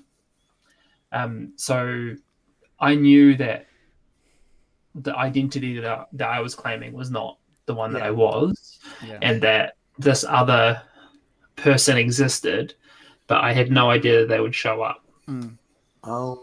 I really wanted to. Did the rest of you have any indication, something like of what could have happened? Because there was definitely points where he went. One of the real Gil's friends that was with him went to introduce him, but he quickly cut him off and introduced himself instead. He was eyeing up Bill the entire time and was quite inquisitive about him as well. So I was so confused. I had no idea what the hell was going on. It was just like, what? Well, these two know each other, but how? Yeah. It just, yeah. So then the festival kicked in. Oh, sorry. Carry on, sir. Yeah, I think at this point, any NPC were like, okay, they're going to turn bad. They're going to turn bad. They're going to turn their backs on us. What's going to happen next, you know? But no NPC had, other than one you hadn't met, right? Which was Iano. Anyway, the festival kicked in. A lot of you went off to see Duran while Bill was entertaining on stage. And this is when you realized something was wrong with Duran. He wasn't telling you at all what was going on. And it took a beautiful move of disguising yourself as a mouse, I think it was, or a rat, and sneaking your way in to finally understand what Duran had done. Do any of you have a clear idea of what had happened with Duran and Glassstaff after everything that laid out? Glassstaff told him some sob story, and he believed him, and let him go to go find. I'm terrible name, but he let him go to go off and complete his quest. I think he That's said, how I didn't he? He promised Duran that he would be able to bring his dead friend back to life, isn't that Yeah, correct? That's right. Yeah. Now, why did I pick that? Because that was not in the campaign at all, obviously, because there's no way the campaign would have known you dropped it off with Duran. Why did I pick now? Joe, you already know this answer because we've already talked about it. But why did the rest of you think I included those kind of details? I just figured you wanted me to hate Duran even more. I know that's what it was just to piss me off because it's exactly what it did. How about the I rest just of figured you? you were trying to make Duran weaker. That's all. I feel like it was a consequence for us. Oh, we've got some echo there, some serious echo. A consequence. There was definitely the idea that there was some sort of consequence. This is kind of a little obscure. So, American, do you want to talk to us about your character's backstory? I don't want to say too much, just in case it comes crops up again. But I will say that she has had an instance that mirrored that happen in her past. That Reagan was obviously picking on, that she would have some kind of empathy or understanding of why Duran would do that. Yeah. Mm. Yeah. So Duran really wanted to see his friend Thardan again, and to the point where he believed Glassstaff could, being a necromancer, bring his friend back to life. Hell, he knew where the body was, right? You guys saw it, so of course Glassstaff would know where it was. And so convinced him that you let me go, I'll bring your friend back within 48 hours. And that's it. And it had been 72 hours without any sign, and you'd met him in the state that he was in. I was super stoked on myself for that whole story, that whole arc, and I was ready for him to kill himself in front of you all. Oh, that would have been beautiful. Oh, that would be so nice. He was going to, because like he'd talked to Murikin, and Murikin had gotten the whole story out of Duran. Murikin let everyone else into the house to which he was surrounded, and he was literally like one move away from killing himself with one of his with a knife. I'm so glad that didn't happen. I would have been traumatized by that. What was the thing that stopped me from doing that? There we go. There we go. The one thing that stopped was Sig's speech. That was it. I was 100% ready to have him kill himself. Sig's had some epic speeches. Yes. Like, you never expect them, and they just like pull through. They got a beginning, middle, and end. They're always like with a -1 modifier. I don't know why you got a negative charisma, but they're always like, that's good. Yeah.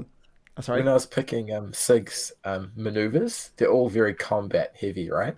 I thought, okay, I'm just going to pick one that I think is kind of useless, that will be like fitting for the for his character, for the team. I picked a rally, which doesn't give much HP, but I think I can kind of help other people out. And although he's been useless with it the whole time, it's my favorite ability. That's my favorite as well. That's from Sig. It was just that rallying cry, and you're consistently rolling low and giving nothing. Roll a 1 and -1. 1 -1. Yeah. So you guys gave Duran some kind of possibility at redemption. He thought he's failed you in this way, that he believed he could come with you and help you guys at least find Gundren or do anything to help you guys, even if it just meant lending you his horses.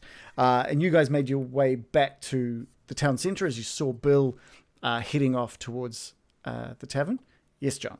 I was just going to say, Sador has asked, was Duran just best friends with his buddy, or was it more than that?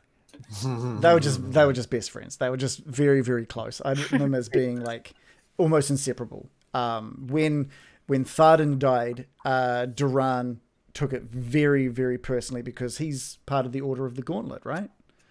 Oh, all right.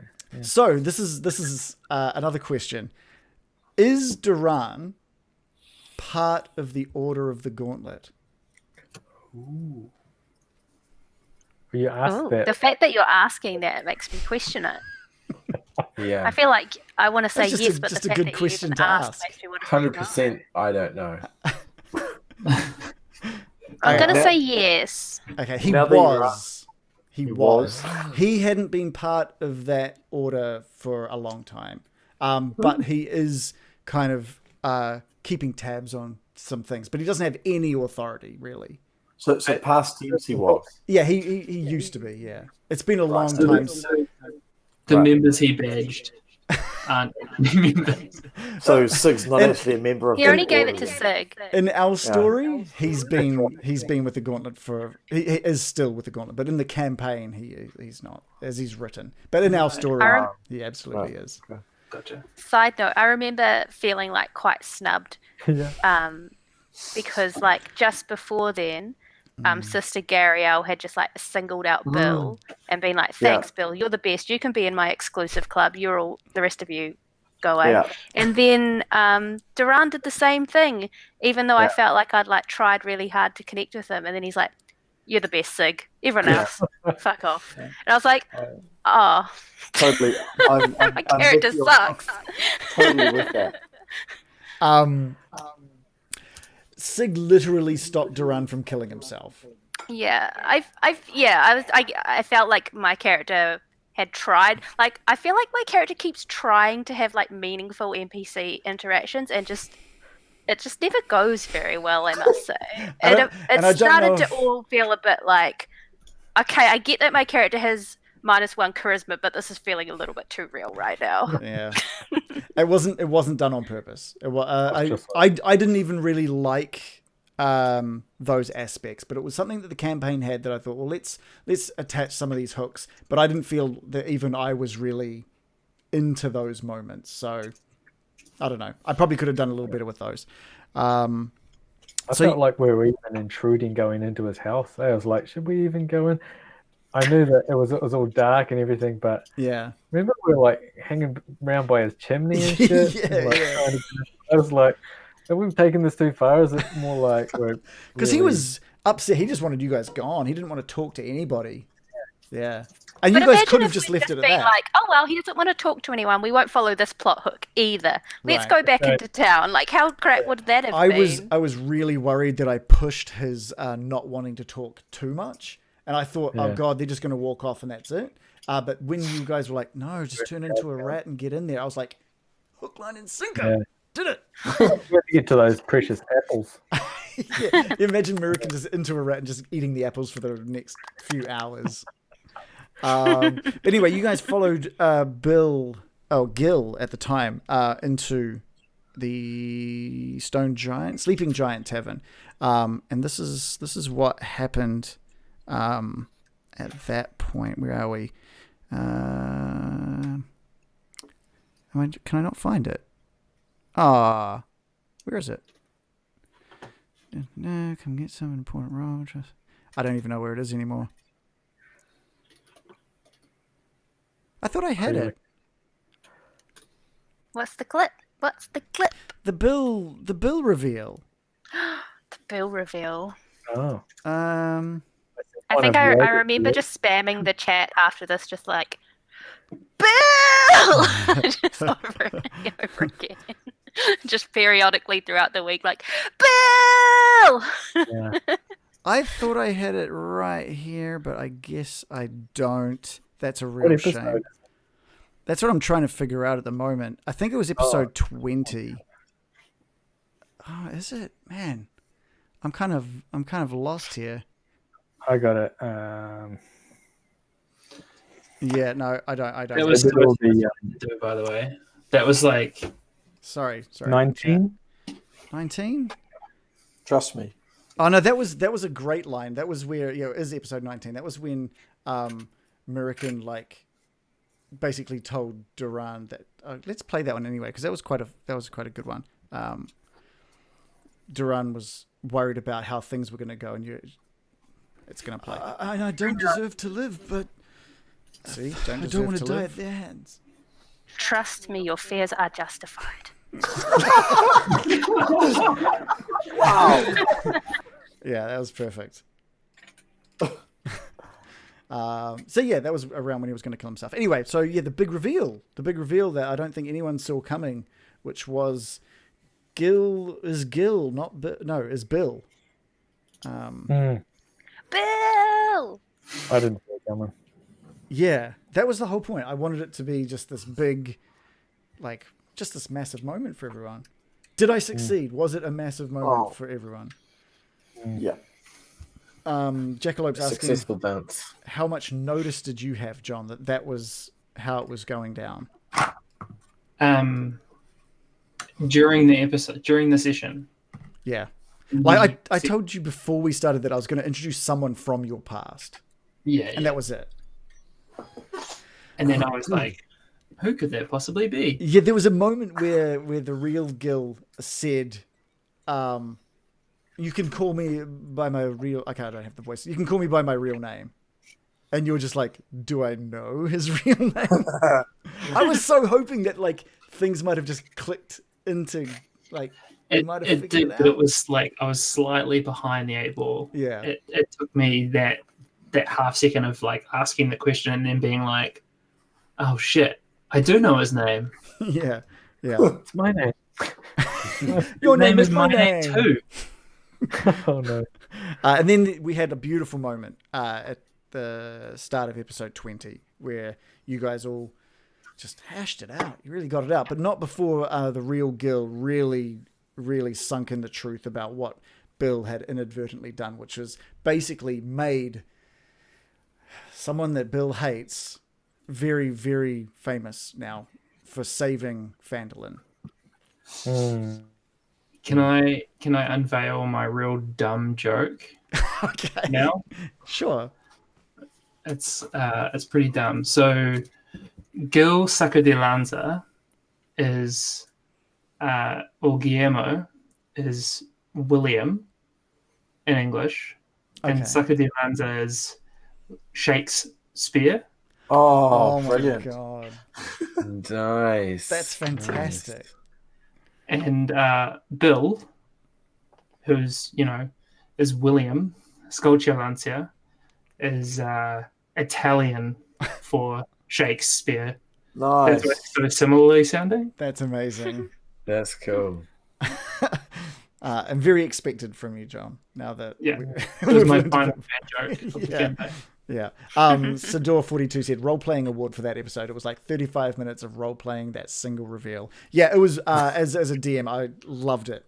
That moment was such a massive moment that just went perfectly. There's only a few moments within this campaign that I think went perfectly, and that was one of them. The other one being Baron just figuring out that hammer puzzle it was scripted. That was too perfect. You guys then met Duran at the front gates, who had horses ready for you so you could head off to Thunder Tree. Yeah, this is where we met a shrubbery. That's I did the thumbnail for a shrubbery. Duran was on our side now. Does it freak anyone else that Duran looks like Nicolas Cage? That's so good. What? So good. Yeah. I never made that connection. Oh, really? I thought he looked just like Nicolas Cage. What? I need to look at this right I'll have away. to- do we have a Duran clip at this point? Probably Well, not. you just showed one before. That was before I had a face for him. Yeah. Oh, It was just black. It was just black before. I didn't have a face for him at that point. So hopefully, there's one later on called Duran and the Baron. So hopefully that has something. I don't know. But yes, you went into Thunder Tree. You got swarmed by some new enemies. You had both the shrubberies. Whatever, I've even forgotten what they're called now. twig blights. Twig blights. That's right. And everyone's like, "Hey, Barricade, I bet you don't want to hurt them." I'm like, "Just kill them." And then They're twig blights. They're blights, okay?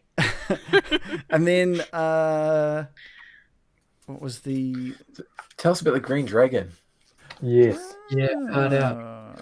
You guys want to talk about the green? You don't want to talk about how Billy snuck up behind Baron, who was grappled by a zombie. Oh god, and that was stressful. I thought Yeah, Baron was dead there. I really thought I was dead. Yeah. Because I have got the staff, right? Mm. The glass staff. Yeah. And that puts my AC up to 15 when I got mage armor on. And then when I cast shield, it puts it up to 20. Oh, right. And You they got crit. always roll 23 or some shit. Like, they never get a chance. Yeah. It's never come in handy. Or maybe once. Was I ready to kill the Baron? Yeah, Oh, of course you were. At that point, yeah. Yeah. I was. I wasn't. No. What? I wasn't Yeah. even remotely. I was inside. I was freaking out. I was like, I know. I was like, So, oh, yeah, it's gonna Billy's here to fuck things up again. Cool. And then I was like, oh shit. Like, he's been put into a dying state and no one else knows. Because you were behind the building. We were inside the building, screamed. and he was on the other side of the wall, and that was. Yeah. I think we I was couldn't on get- top of the building though.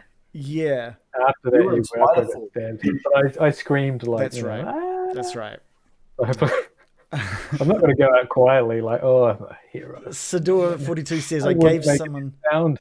Said I gave someone advantage on a roll to save him. I don't remember. I may have. I can't remember. All I remember is that I was just like, oh god, what have I done? Are we gonna have Because there was like potions being passed, and Loris got the potion. Apparently, Loris had a big old think whether to use it on me or not. Well, Loris up until that point, every time we've been handed a potion, just knocked it back. Just Yeah. and it's like, shit, what do I do? Yeah. Yeah. Okay. Okay, and then you guys searched a little bit further and met Radoth. We'll talk about the green dragon soon. We'll talk about the dragon soon. But Radoth. Oh, and you made My that. favorite character. And you made the Christmas tree out of one of the twig blights, which was amazing. I love that as well. But yes, Radoth. Yeah, he's my favorite. Yes, Radoth. I gave him a pen. Would you like some of this white liquid? Oh, God. Yeah, that was like, what the fuck? I know it was funny because it was unintentional as well. You're like, oh, I'll give you some milk, but I'll make it sound more D&D. So, Like fluid. I honestly, I don't know what was going through my head. I was just like, I can't just say, do you want some milk? And the only thing in my brain was white liquid. I don't know. There was something not mystical about milk that I thought maybe I could mystify a little bit. And I just went. He gave us all small little cups of white fluid. I was like, why? Okay, so Just disgusting. there's a couple of things. There's something that I really enjoy, and that's making Shannon do his little high pitched giggle. There's two points. There's 2 points. There's 2 points in this episode where that happened. We'll go with this one first, which it's just that little giggle that I get out of Shannon. Long, I assume. It's not the biggest one I've seen. It could still be a young one. Get your mind out of the gutter. I can see that bright. That laugh. But and then there's the then there's the old thunder tree delicacy. Comes back to you guys and puts a small mug of white fluid in front of each of you. What's going on with this guy? Which is just so good. That's so good. Good host. So yeah, you guys heard of this dragon, and you guys were just like, "We're out of here. Like, let's get to Cragmore Castle," because Radoth told you the whereabouts of the castle. And you guys didn't want anything. There was nothing I could do to make you interested. I even tried to get Dave. I was like, "Oh, treasure." I was just dropping in some... I was seriously tempted. But I know. everyone I knew else as was soon as I mentioned treasure, you would be tempted. And I was hoping... Absolutely. I was desperate. As soon as you mentioned treasure, I'm like, oh, that could be really useful. But everyone else was like, no, we're out here. I was like, okay, fine. I think at that point we'd been having chats about being more united with the party behind the scenes. Because obviously there was that whole me being a dick. So it was just that kind of conversation. I was like, I should go along with the party. Yeah. So there was also, he mentioned like a bunch of black cloaked people that were in that area as well, that you just didn't, you didn't come across any of them. Didn't come back. There was No. We could have come back. there was like 2/3 of the map you guys didn't even venture into.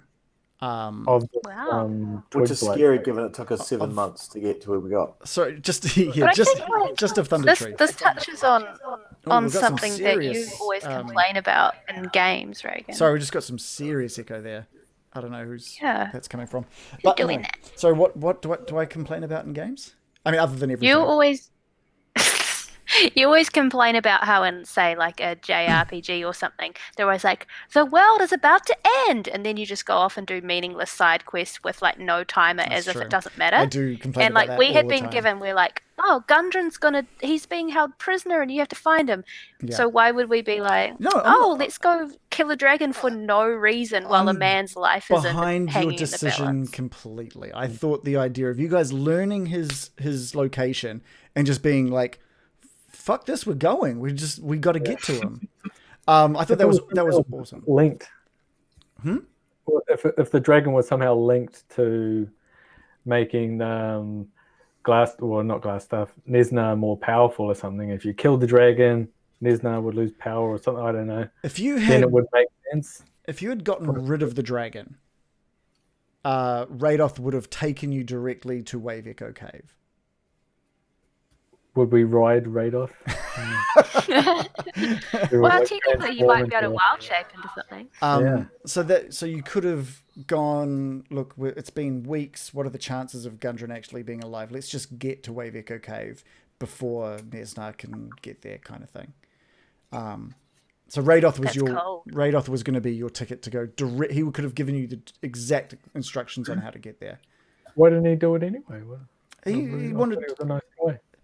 Yeah, he wanted like a bit of give and take.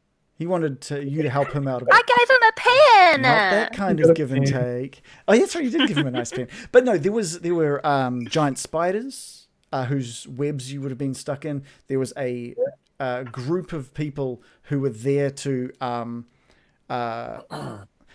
They would have said they would have just said they were there for the dragon. They wouldn't have said in what capacity. And I was so, what's the a Gloria Veil? I had them all designed off the Gloria Veil people. They were just going to have like, oh, that's really cool kind of voices. Yeah. I was really excited. Love that.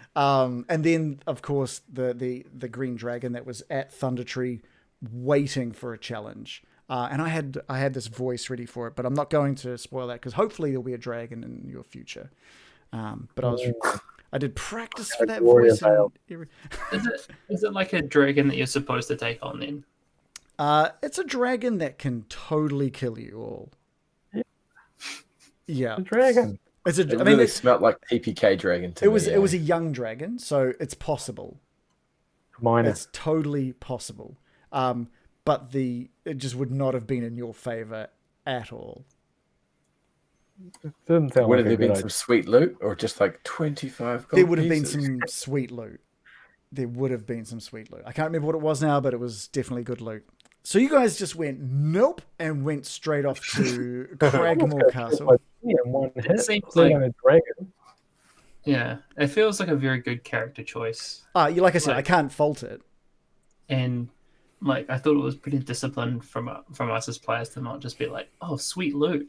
Yeah, I've read that quite often. What people do after they clear out Wave Echo Cave is they're like, let's go fuck up a dragon. Now we're level 5. It's like just like a little side quest you can do afterwards to do stuff.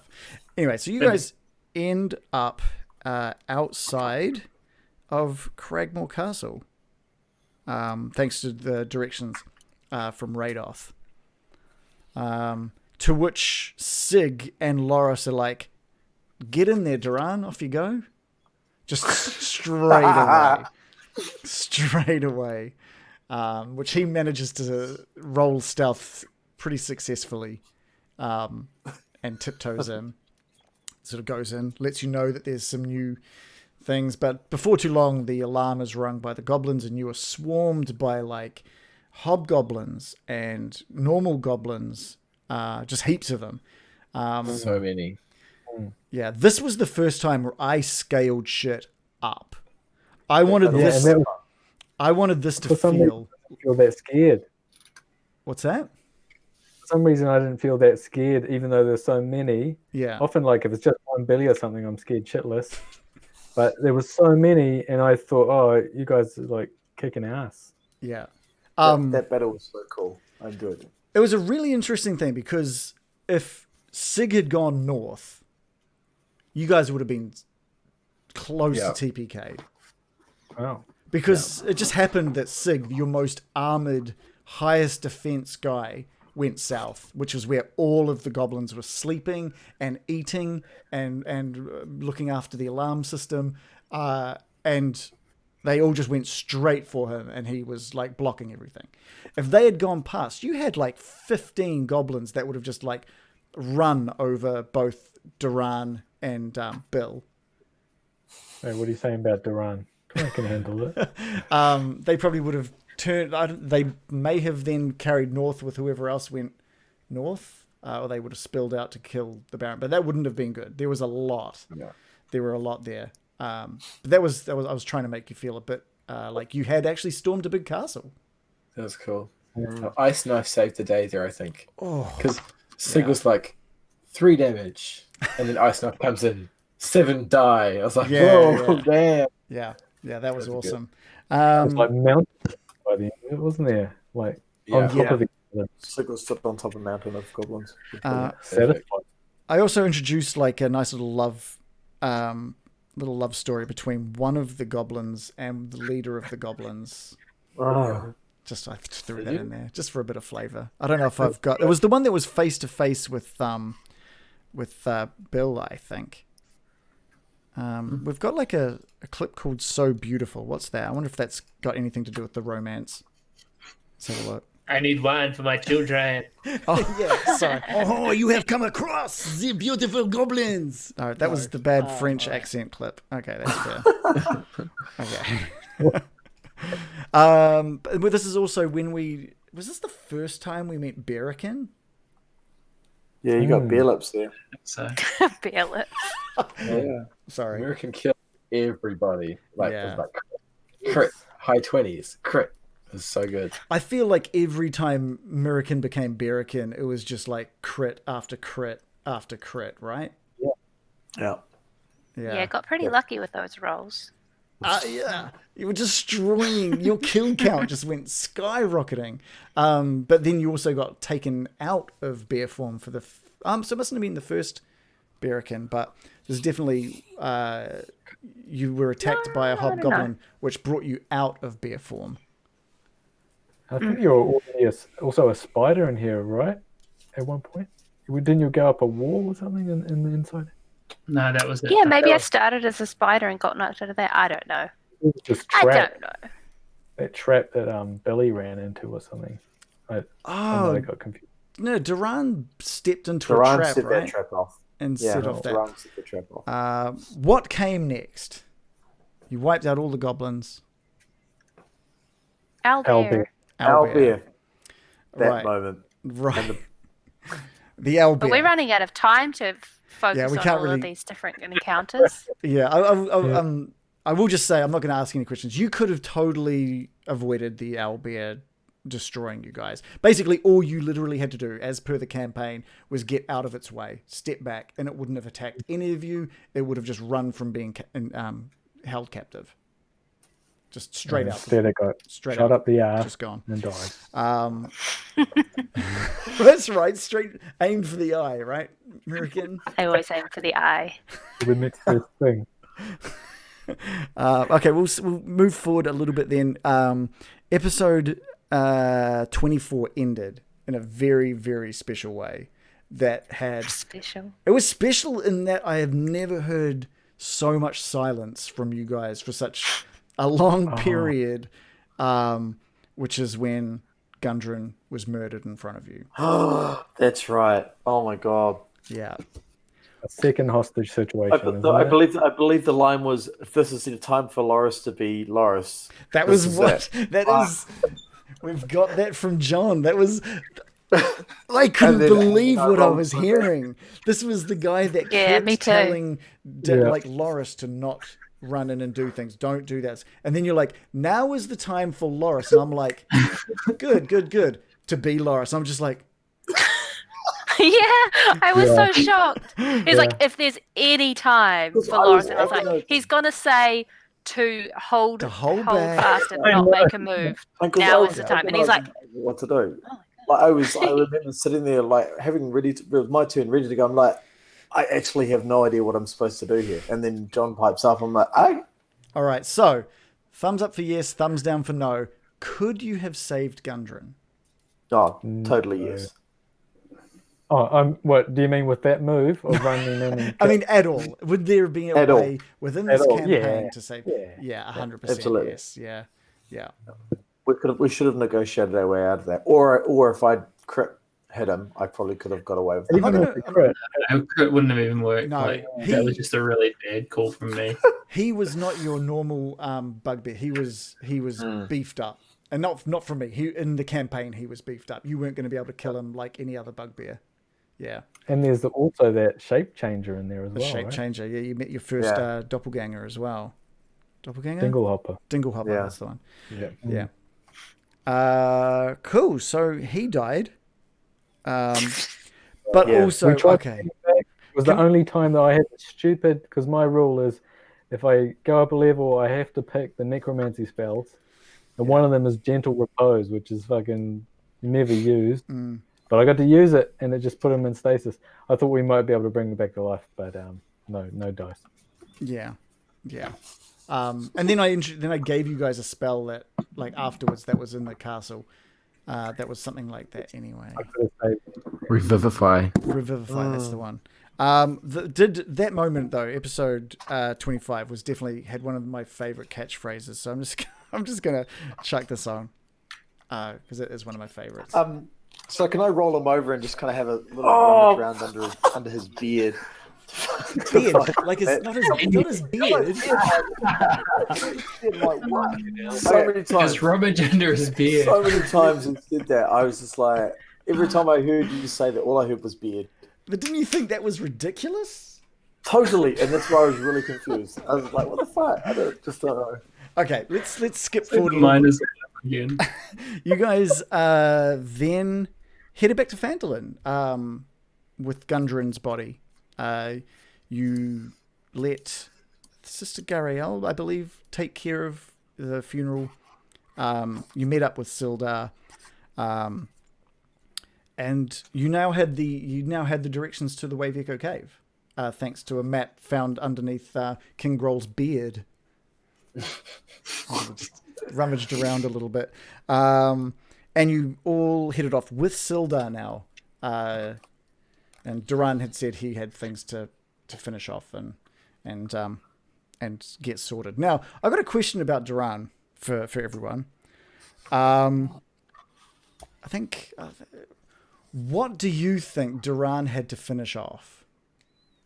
He had to make a little bit of twig blight milk for himself. No, he said that he had unfinished business and disappeared. What do you guys think that is? Was that the last time we saw him or something? Until the end when Mirakin and Duran caught up. Yeah. Don't know. Was he looking for glass stuff? I think he was really upset after it was being there.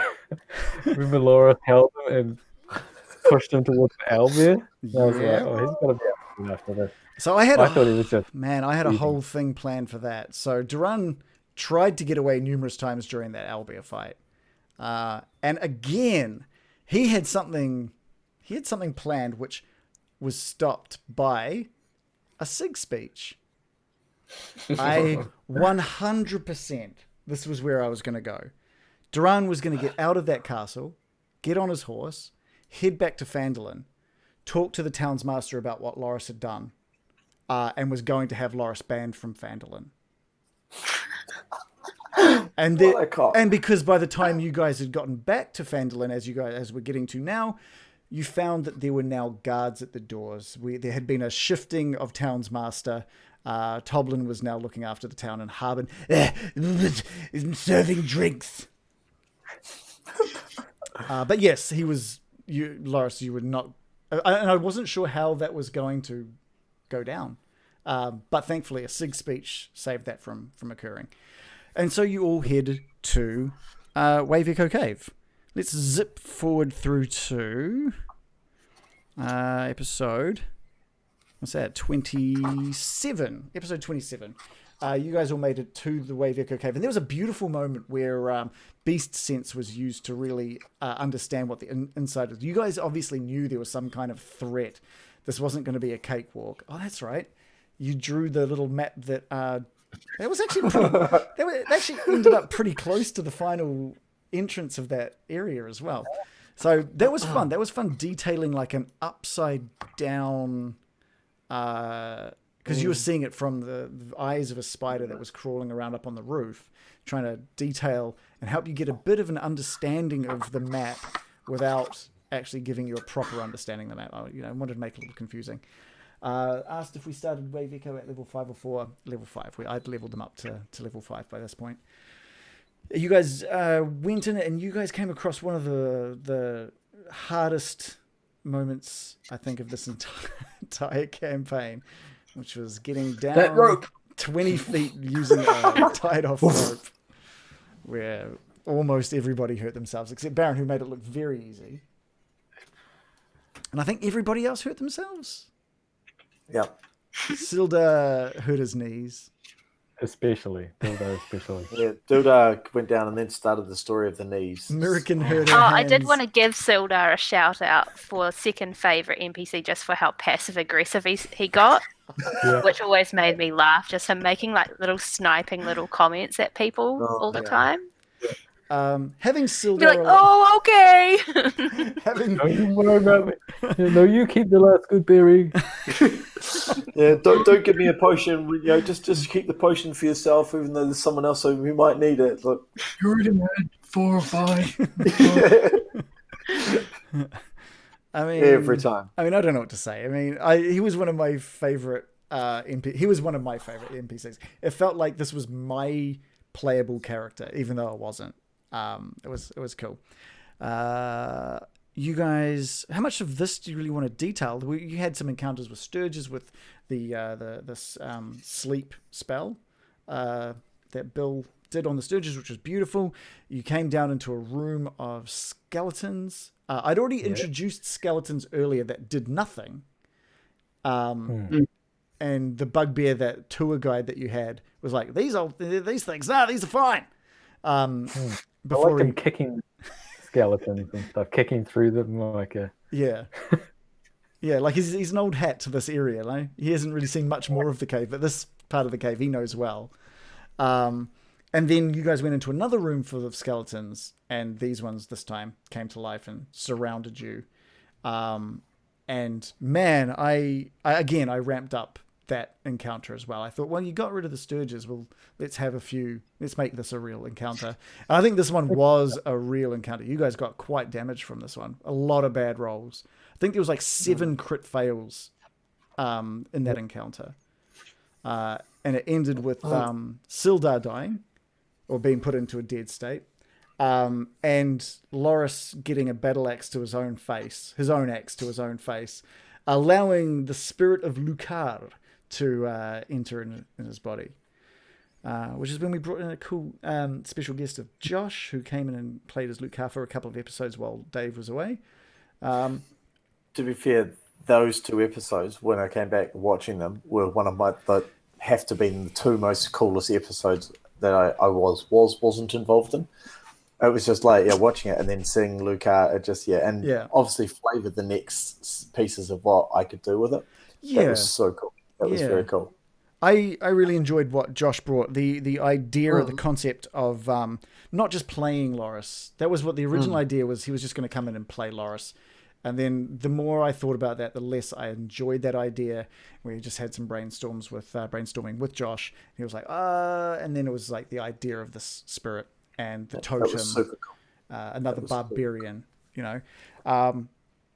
You guys slap-assed Billy to death. A giant ogre form of Billy with the chill touch. Oh, just slapped his ass, and that was him dead. And then you met the Wraith. By the name of Mormensk. Yeah, one more man's. One more man. He was scary. Yeah, he messed you up. Yeah. He wanted my glass staff. Yes. Yeah. So there's a whole big story with him. If you had managed to talk to him, if you had offered him some sort of magic items, anything really, he would have like eased up on you guys. Could have been a scroll, could have been whatever, and he would have started talking to you about how he wants to get to the forge. There's a spectator in there that he wants dead. Can you go and take care of it? And if you can do that, hey, maybe I'll help you out with the rest of this and come along with you for whatever you want to get done in this cave. Wow. Yeah. Whoops. Which takes us to the spectator. Ugh. It was so good. I had fun making. Sorry. So he was part of the thing. He wasn't like a. Was he? I didn't think he was. So the spectator was he? Or was he part? Sort of story. I guess he must. Did I say Morments because it was part of the I bet campaign? it probably didn't say in the module to voice him like that. Okay, we'll start. Was the spectator in the module? I'm gonna go with my original instinct. I think now he probably is, but I'll say no. He was. Could he create food? That's how you first found him. I think that was a spectator skill spell. He just could create food. That's pretty much his shtick. Could you? Was the voice Snagglepuss? Is that? Yeah, it's kind of like it's almost like the Mad Hatter from like the original Alice in Wonderland, but it's also like Snagglepuss. Yeah, it's very similar. But yes, I like the voice. I think it's a good voice, and I really enjoyed making the overlay for it as well with like the different eyes and stuff. That was impressive. That was very clever. That was cool. The okay, so could you have gotten through? Could you have finished off that forge area without killing the spectator? Yeah. I wouldn't know what we'd do next time differently though. No, I think we could have, but I don't know how we could have. We were going to negotiate him down. Yeah. So effectively, if you had convinced him that you guys were just minors, he would have just believed you. He was basically a broken spectator. He believed that the war was still going on and that he was there to protect the forge.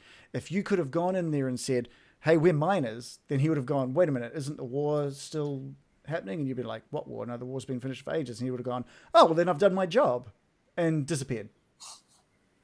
He would have that was his job, was just to secure that forge during the war. Right. Then we had obviously everything passing through the forge and imbuing everything with power. And that really cool moment that of that doubt that I wanted Mirakin to feel, because Mirakin was the one that really had the most. I think she wanted to destroy the forge originally. Is that right? I had mentioned that before. And then you'd seen like the hunger of everyone passing their weapons through this thing. I really like that. Oh, not Baron. No, not Baron. I don't know what I would have done if you just passed your staff through it. It was really fun. I was thinking of just putting my cigarettes in there or something, my weed. That would have been awesome. Just lean forward with your cigarette lit on the forge. I would have done something. Plus one cancer. And then we had Brain on a Rope, as you guys figured out. Oh yes, which was amazing. I was so excited when that suggestion was made. I was just so excited. I really wanted to see how that went down.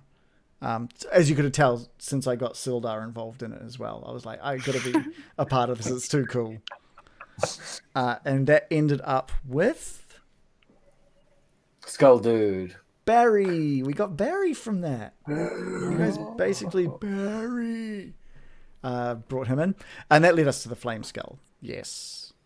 Yeah. Any thoughts on the Flame Skull? Terrifying. Would he have actually come back like the rumors? Yes. I rolled a dice.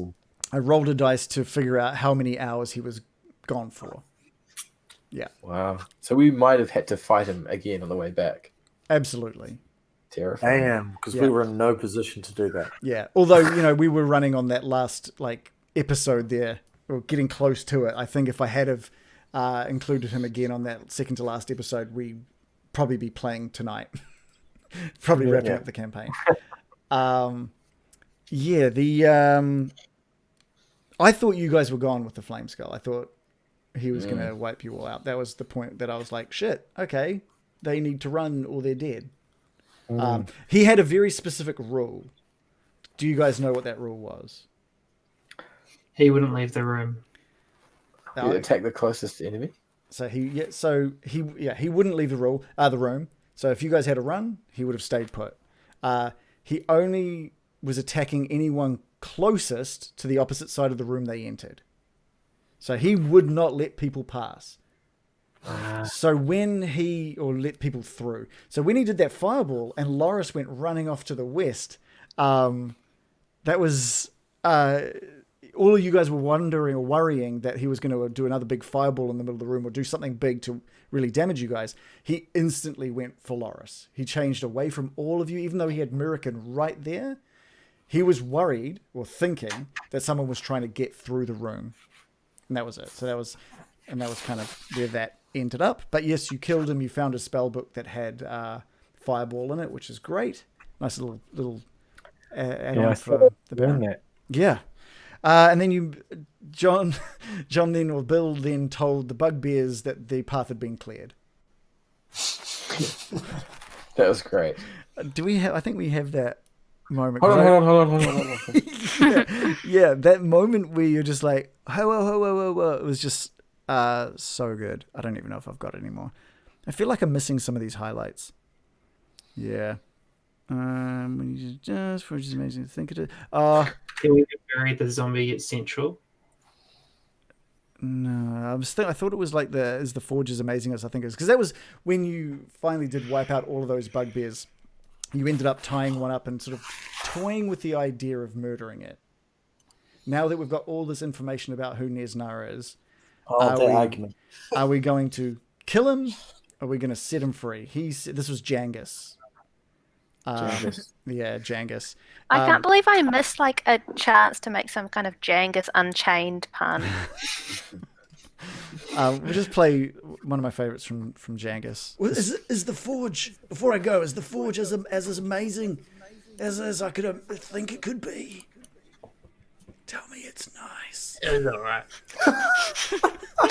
It was alright. So good. That got a lot of laughs actually in the chat at the time. I was happy with that one. Then do you know why I whispered that last line? There was a reason I whispered that last line. What line? Tell me it's nice. My throat was ruined from doing like Jangus and this was when I was doing Sig as well. I was playing as Sig, so I was putting on Sig's voice, doing Jangus's voice, and ice cream. And I needed the ice cream, and I didn't mean to whisper that line. It was literally the best I could do. It came off so well. Yeah, I know.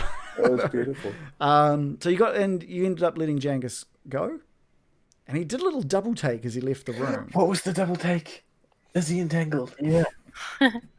This is another case of where you mention something completely innocently, and it becomes the focus when it just there was nothing. I sort of felt like that at the time. So what happened, right, was he went to leave, and then Bill, like, opened up the door behind him to be like, what are you doing? Like, to keep an eye on him. And Jankus is like, turned around and was like, what's going on? And he's like, no, I'm just making sure you go the right way. He's just a little flustered, went to turn and go south and went, oh, no, that's empty. And carried off on his way. He was purely flustered. He was purely flustered. Okay. And you guys were just like, what's in that fucking corridor? What's in there? What was down there? We can't go that way. You guys missed out. Sometimes your acting of characters was just too convincing. It's like, I don't trust him that much. What's going on? If you had followed him to the little pool of water that he had to go past, inside that pool of water was a nice scroll of magic missile. Oh. Hidden on a body underneath some sort of in the water. It smelled fishy down there, right? It did, yeah. It was really fishy because there's down dead there. bodies in there and stuff. There's I don't know. A fishy scroll of magic missile. Could anyone have used magic missile? Is that a wizard spell? Yeah, I could use it. Yeah. Then you all headed north to our final encounter with Nesna, with the black spider. On the way north, we looked right, and there was someone down the corridor in the shadows talking to someone off a cliff or something. Who was that? It was Telstra. Can I Yeah. guess? Yeah, Oh I yeah, it reckon- was Bugbear Squad, was it? It was a squad of bugbears searching for this gauntlet of power. I thought it was an elf. No, it was Villark that was sort of talking amongst all of his bugbears, trying to basically he was sent with a bunch of bugbears to find this gauntlet, and they were just searching. I thought Villark was like a dark elf or something. I thought he was like way higher up, but he's a bugbear. No, he was he No, ended he up was being a the doppelganger. drow that turned into the thing. He's a Yeah, doppelganger. I thought there would be a real Villark instead of a changeling. Like the changeling was just looking like Villark. Okay, Is there no real? so Yeah, what's the deal with those things? Villark, depending on if you had gone through that cave a different way, if you had come through the other side, instead of going where the flame skull was, if you'd gone north, further from the spectator, and looped in, you would have come out where those bugbears were. You would have had to have fought a bunch of bugbears, and Villark would have run to go and talk or to let Nesnar know. What would have happened next is you would have found Nesnar with Nundro. Except it wouldn't have been Nundro. It would have been a shape changer. Virgil. Yeah. And where would Nundro be? Nundro still would have been in the room. Under the bed. Locked. No, Under the the room would have been locked. Yeah. So sneaky. Yeah, so that could have been cool. But I think you guys have got your hands full pretty well with Nesnar and the encounter that took place. So is anything you guys liked about that encounter, like in regards to how because this is when we had the Baron become a bugbear. I don't know if In it the was- disco. Yeah, Actually, I quite enjoyed John's stunning of the spiders. That was really impressive. that was And then awesome. Table turning. that made it so much easier to deal with Nesna I mean, because we didn't have spiders to deal Finally- with. It 10 finally rounds. wasn't sleep. that flummoxed me. Because I was just like, I was just like, here comes a big. They were okay. 4 of them are gone, basically.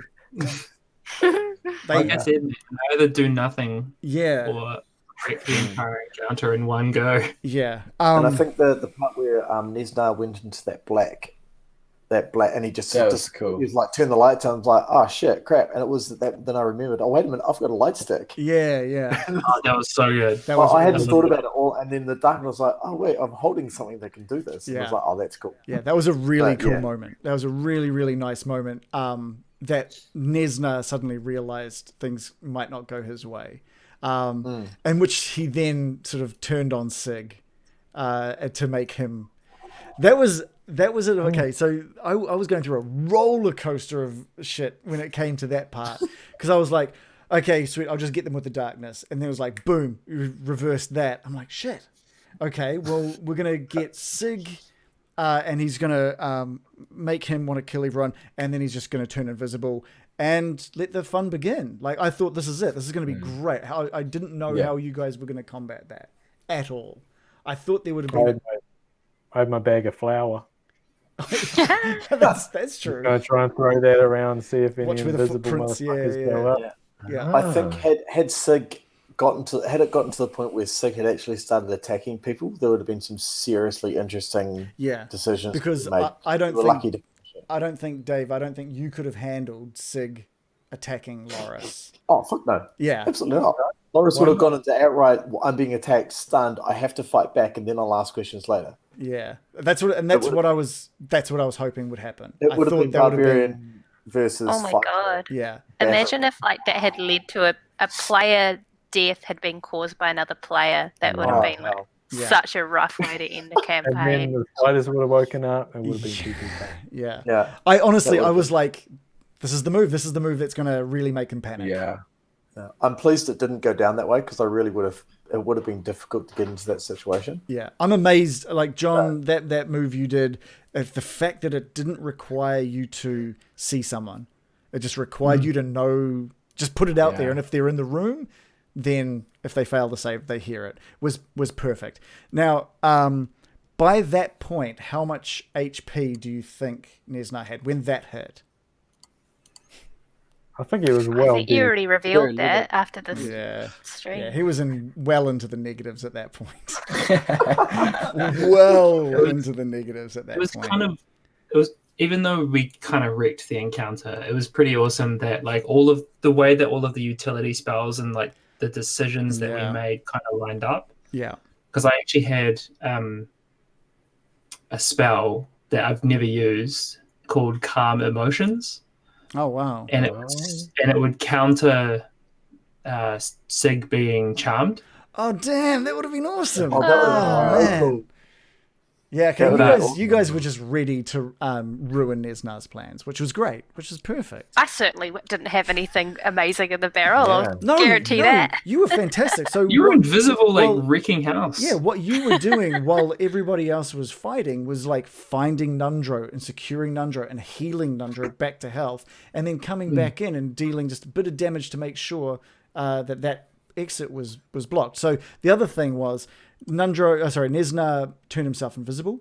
He didn't know where Murican was. What was going to happen was that he was going to head for that exit, and there was going to be like of two people running into each other, basically. Brilliant. Invisible people. Brilliant. Yeah. So that's kind of where that was. I wasn't going to drag it out much longer, but I wanted that fear of with Sig's going to kill us all and this guy's disappeared. I just wanted that fear in there for a little bit. Anyway, you took care of Nesna. The orc soldiers rose up and dealt their final blows. It did feel so good. The That was reason poetic. I really wanted to bring that in after really solidifying that story with Josh, who played Lucar, was really, it felt by this point that Nesna wasn't your enemy. It felt like he was just someone you guys had found, and you're playing D&D, you know, if you have to kill him. Nesna didn't know who you guys were. You guys didn't really know who Nesna was, but these creatures were fooled into dying thanks to this guy, this fighting this war and coming in for this weapon that led to their deaths. And I felt that their vengeance was, I don't know, more interesting than you killing this thing that didn't even That know. was awesome. Yeah. I don't know. It was a great moment. I Sorry. think you laid enough breadcrumbs throughout. Like Yeah. Nesna was controlling the rebrands, basically, Sure. and it turned out that he was like donating dead families to True. Hyman. True. It's like that was evil. It's like we got to stop this guy. Yeah. And Iano had run off to him. I think it was I don't more know. of it was, to me, it felt like you knew he was evil and that you should defeat evil, but it wasn't like he was your nemesis. It wasn't like He this wasn't a Billy. relationship that with him. I remember And that was when I was like, this is Billy's story from here on, basically. But it was at this point that I was like, Billy was either going to be waiting for you back at the forge or at the entrance of the cave. He was going to be at one of those two locations. He was either going to have the blinding light of the outdoors pouring in through the cave with a silhouette of Billy in front of it, or it was going to be the flickering of the forge with a silhouette of Billy in front of it. But we met Vlak, and we met Bugith. Bugith! Oh, can I change my mind and make him my favourite?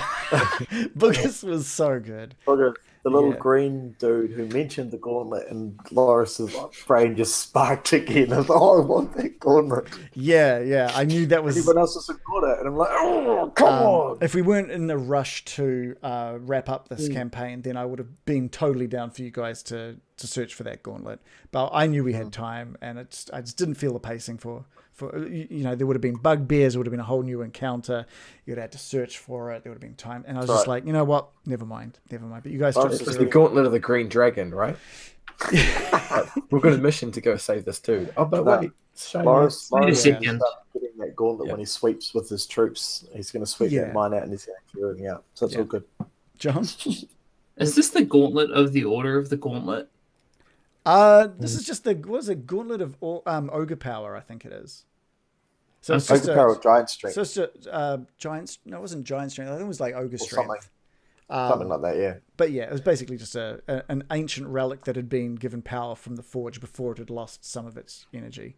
Sort of like the armor that Bill ended up wearing and Lightbringer, the mace. So then you guys fought Valark, who I introduced as a way to have a really cool cliffhanger, but did not intend at all for him to really pose a threat. It was meant to be just like this quick cakewalk of a fight. I was even amazed when you guys were kind of like just telling him to like leave. I was like, I was just introduced him to be killed. It's like, just kill him. Hostage situation number 3, and we weren't going to screw it up.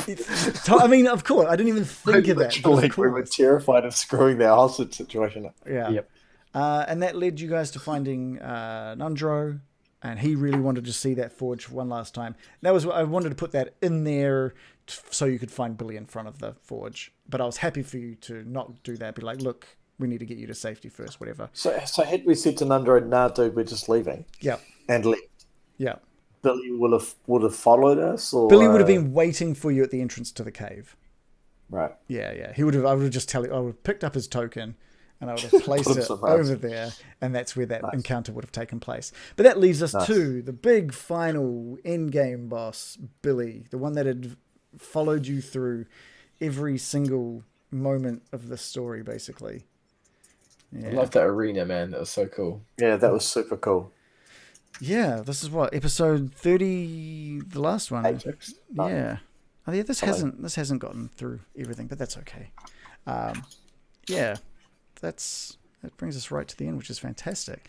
Do you guys want to talk about that final fight? We kind of talked about it last session, didn't we? We kind of talked about that fight and heading back to Phandelver as the heroes of the story.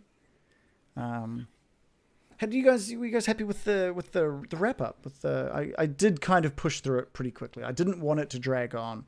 I wanted it to be open for future stories to possibly be told, you know? Were you guys happy with that, or did you want a little more of what's going on?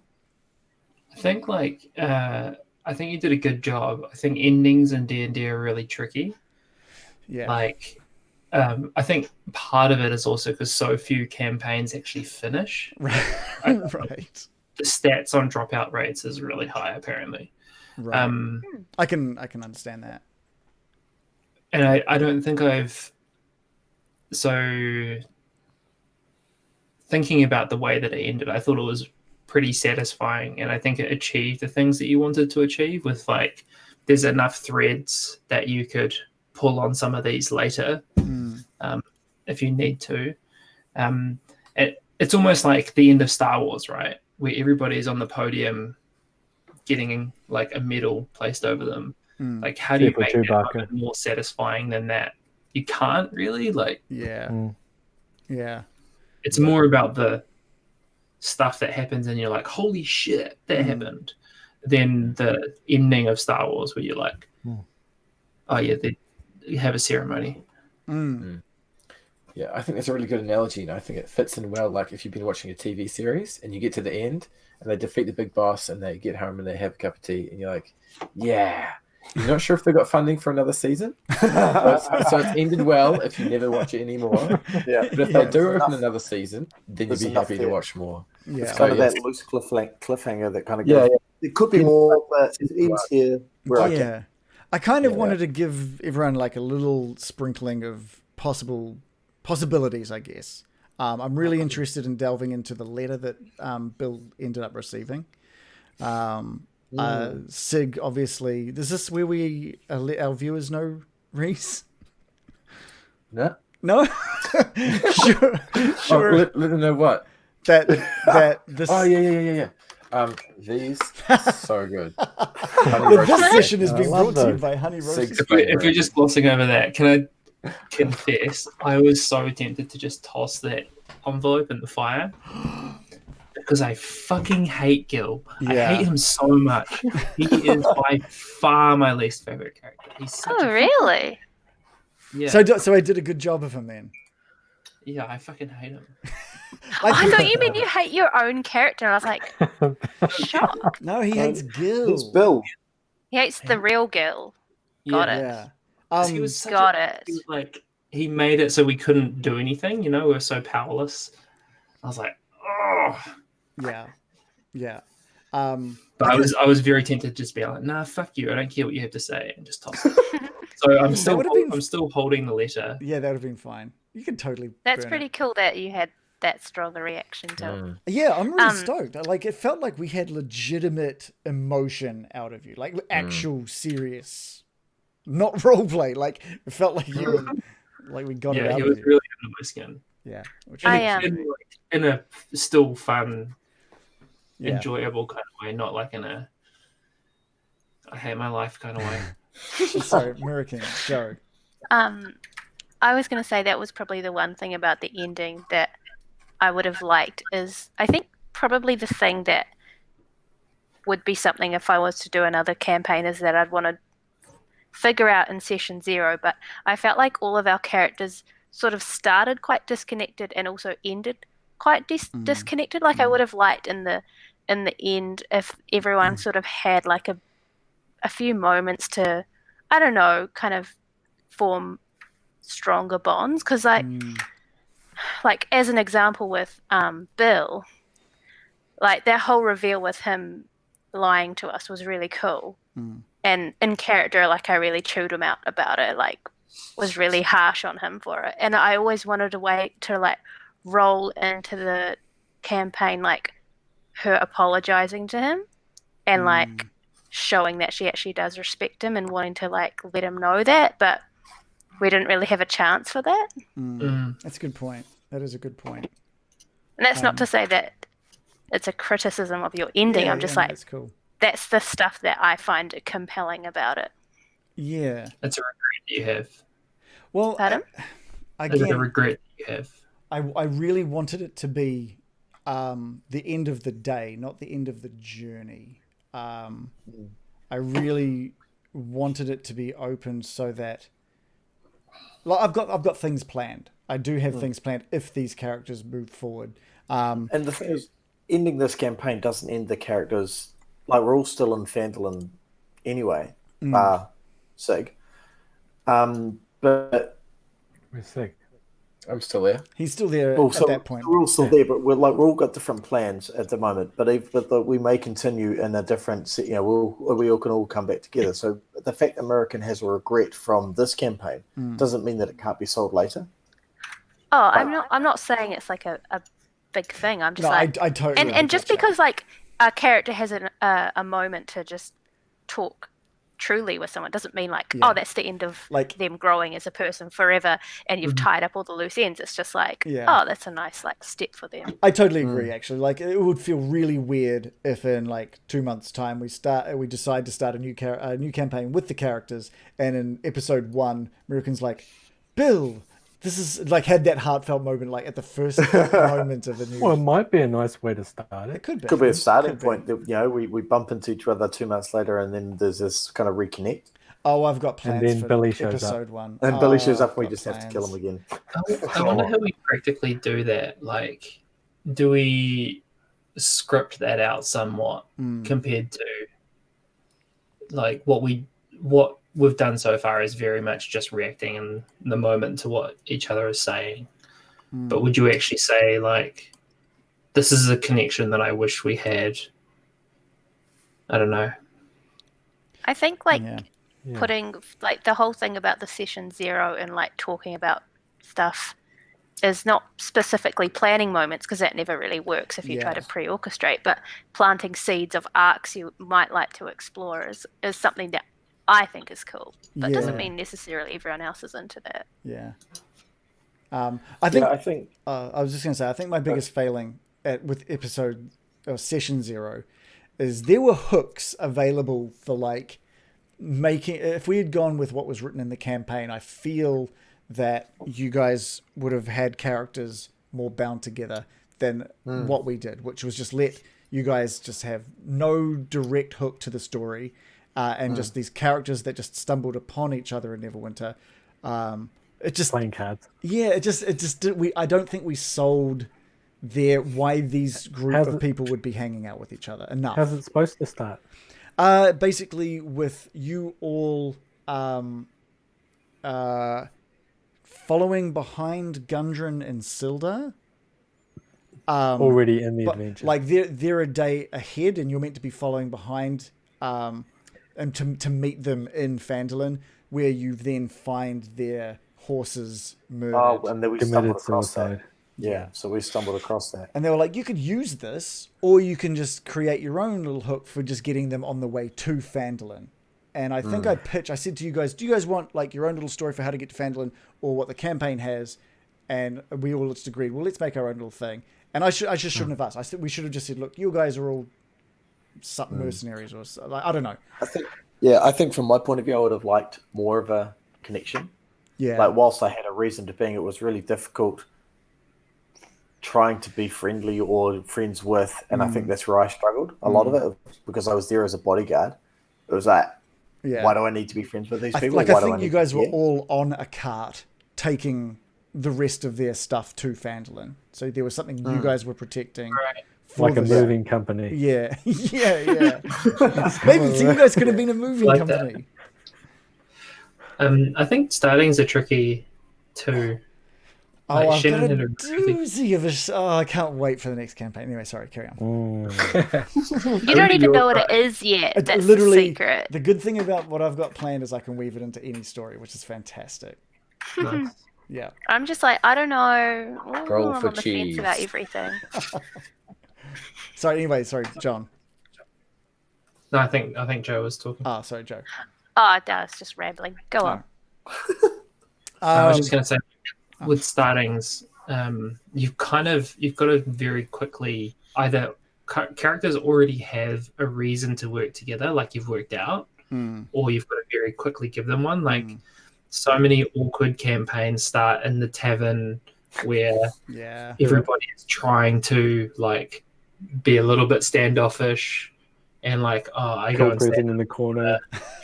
And I've definitely done that in campaigns as well. But one thing that Shannon did in a campaign that we played was we basically were on a train, and then the train started to hurtle out of control. Right. And we were like, holy shit, what do we do? Yeah. And so we kind of were forced to work together. Yeah. I think if anyone... They locked down. I think if They anyone... locked down, didn't they? Found out you were actually all being taken off to be slaves. Oh, Yeah. So, That's cool. I think if anyone watches our first episode, like the first half hour is pretty painful because it's just like everyone meeting Mirakin outside this town, and no one really knows anyone and is just waiting for some or any direction from their DM, and I'm just like, what are you guys up to? Just watching the conversation. This is fun. I've never done this before. This is cool. I like you talking. This is good. Yeah. I don't know if I mentioned... I don't know if I mentioned this about the big final fight with Billy. I can't remember if I did or not. But he basically, the form that he took on, this is kind of going back to something. The form that he ended up taking was the form of this goblin god called Maglubiet. It was an actual, goblin god of war, basically, that has a dark skin, fire in his eyes, and holds a big, giant, bloodied, dripping axe. Sorry, I don't know why I thought of just bringing that back in now, but that killed the conversation. Maglubiet is his name. That's a cool name. Did you come up with Maglubiet? No. I wanted to look into a god that would have spoken to Billy on his deathbed. So I started looking into the different goblin deities and stuff like that. And brought in his kind of likeness, like it was giving Billy turning him into an avatar of Maglubiet, basically. Yeah. His ex is pretty scary. Yeah, I was so certain Dave was going to try and take it at the end.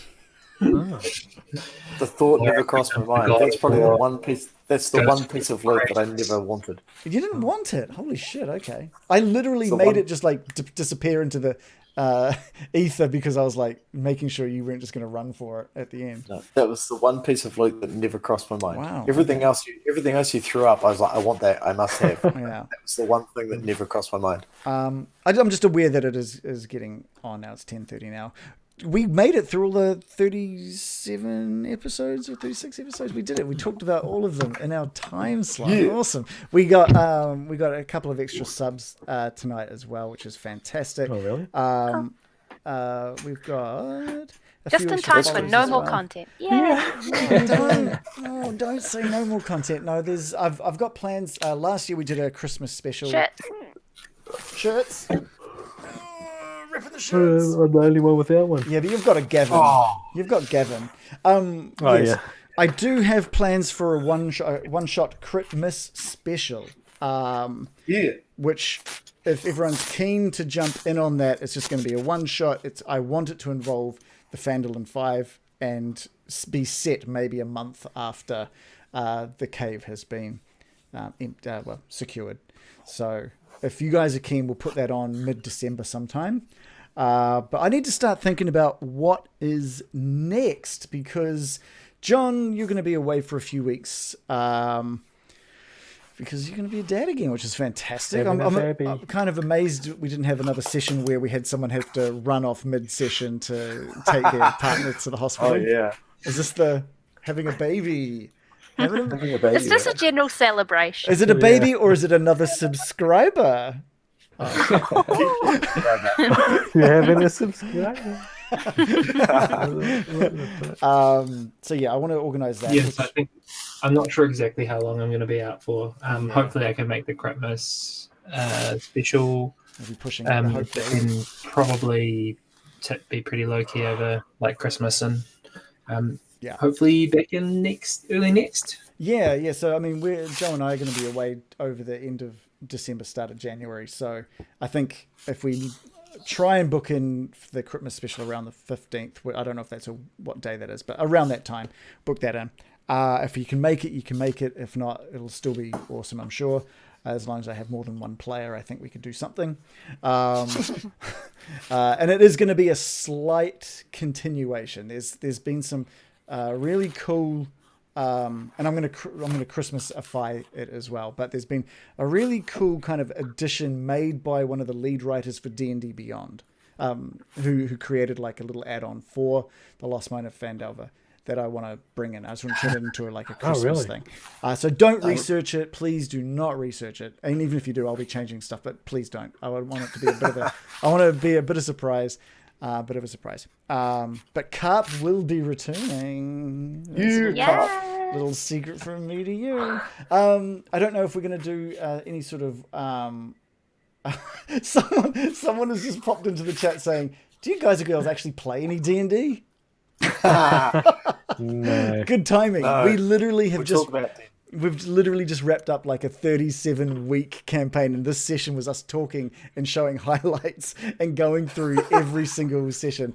But great timing. So we've got nothing to play Not right anymore. now. We don't. Yeah. So yeah.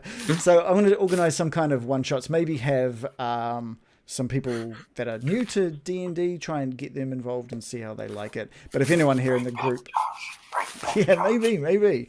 So yeah, maybe we can bring in some people and people can step back for a couple of weeks if they want to have a break as well. But sometime in the new year, we'll jump into a new campaign. We just need to figure out what it is.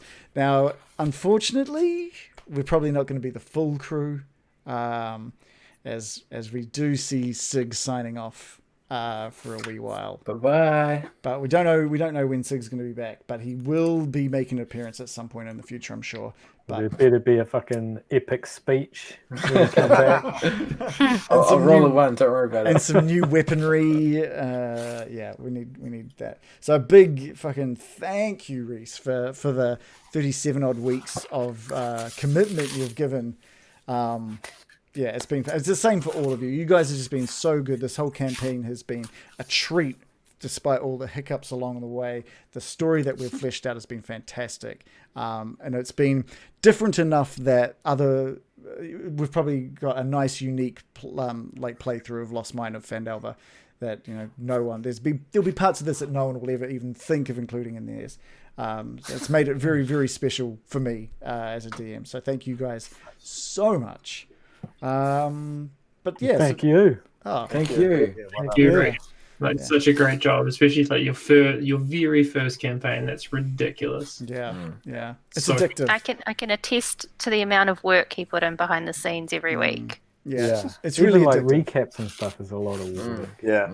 Editing recaps. Yeah, yeah. This will give you a dance. I like it. It's almost like the wave echoes as well. The wave echoes, the waves from the cave. All right. For anyone who is watching, and you're not following us, follow us because we will be doing more content. It might not be as regular until the new campaign starts. If you've just subscribed, sorry, that's like a month. How long do subscriptions last? It's just like a 1 month thing. So 1 month. you we'll try and get a one shot or something in to make that money. You could just worthwhile, I like guess. log on every week, Reagan, and do sexy dancing on your chair. Well, I have set a standard, I guess. So, all right, Just cool. thinking about it. Yeah, I mean, I got to get views somehow now, right? So it might as well be Yeah, you sexy could just- dances. You could just practice voices for a few hours. Yeah, that's true. Actually, that's not a bad. I do just want to run. Like, I wonder how. Unique in New York. I wonder how Unique. it might be fun to just run that Goblin Cave, like a couple of Solo. times, just by myself, just with a couple of people who've not played D&D before, just running that, just giving them a taste Do of the D&D. prequel. A prequel. Oh Get man. Dildo going out to the cave and getting fucked up. Oh my god, they can play as Sildar. There we go. Yeah. Where did he rolls a crit. Oh, he rolls another crit.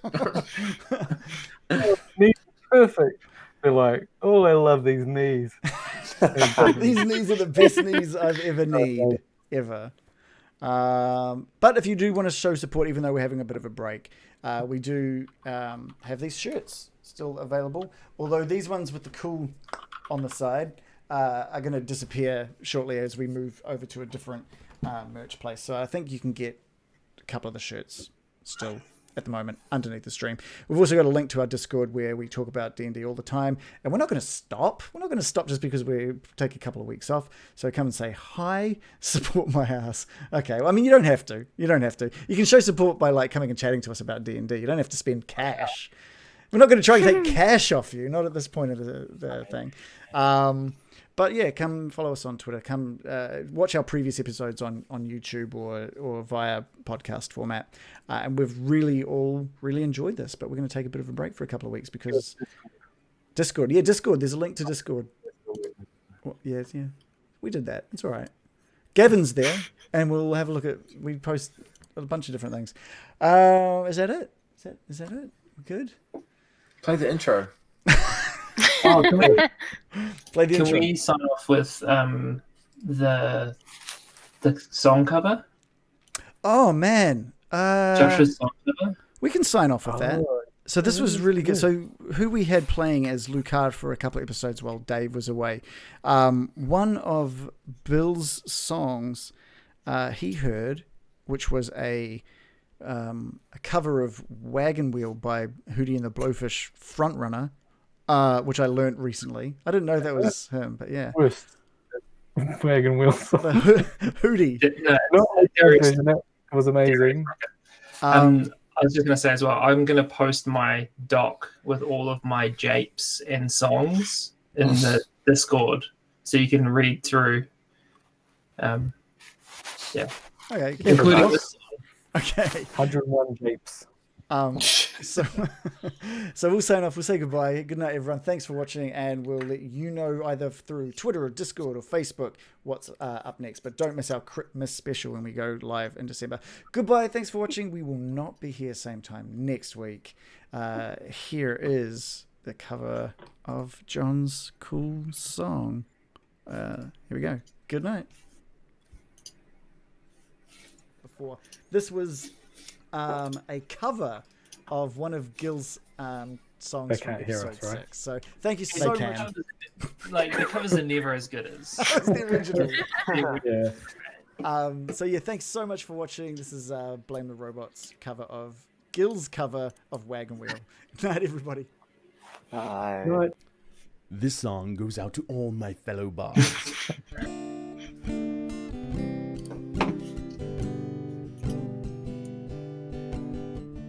It's good. This is me playing this guitar. Heading down Really good. south to the land of the mines, I'm thumbing my way into North Phandelver, staring up the road and pray to tear. I see the lamplights. I made it down the coast in 17 hours, killing me a bouquet of bugbear flowers, and I'm hoping for Rayleigh I can meet my lady tonight. Please let me meet my lady tonight.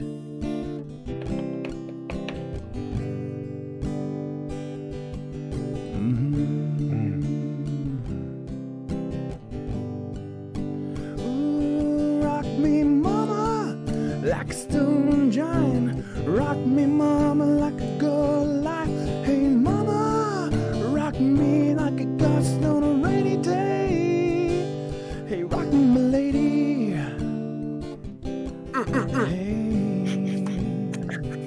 Hey, rock me, my lady. Gives them level 3. It means I learn more chords.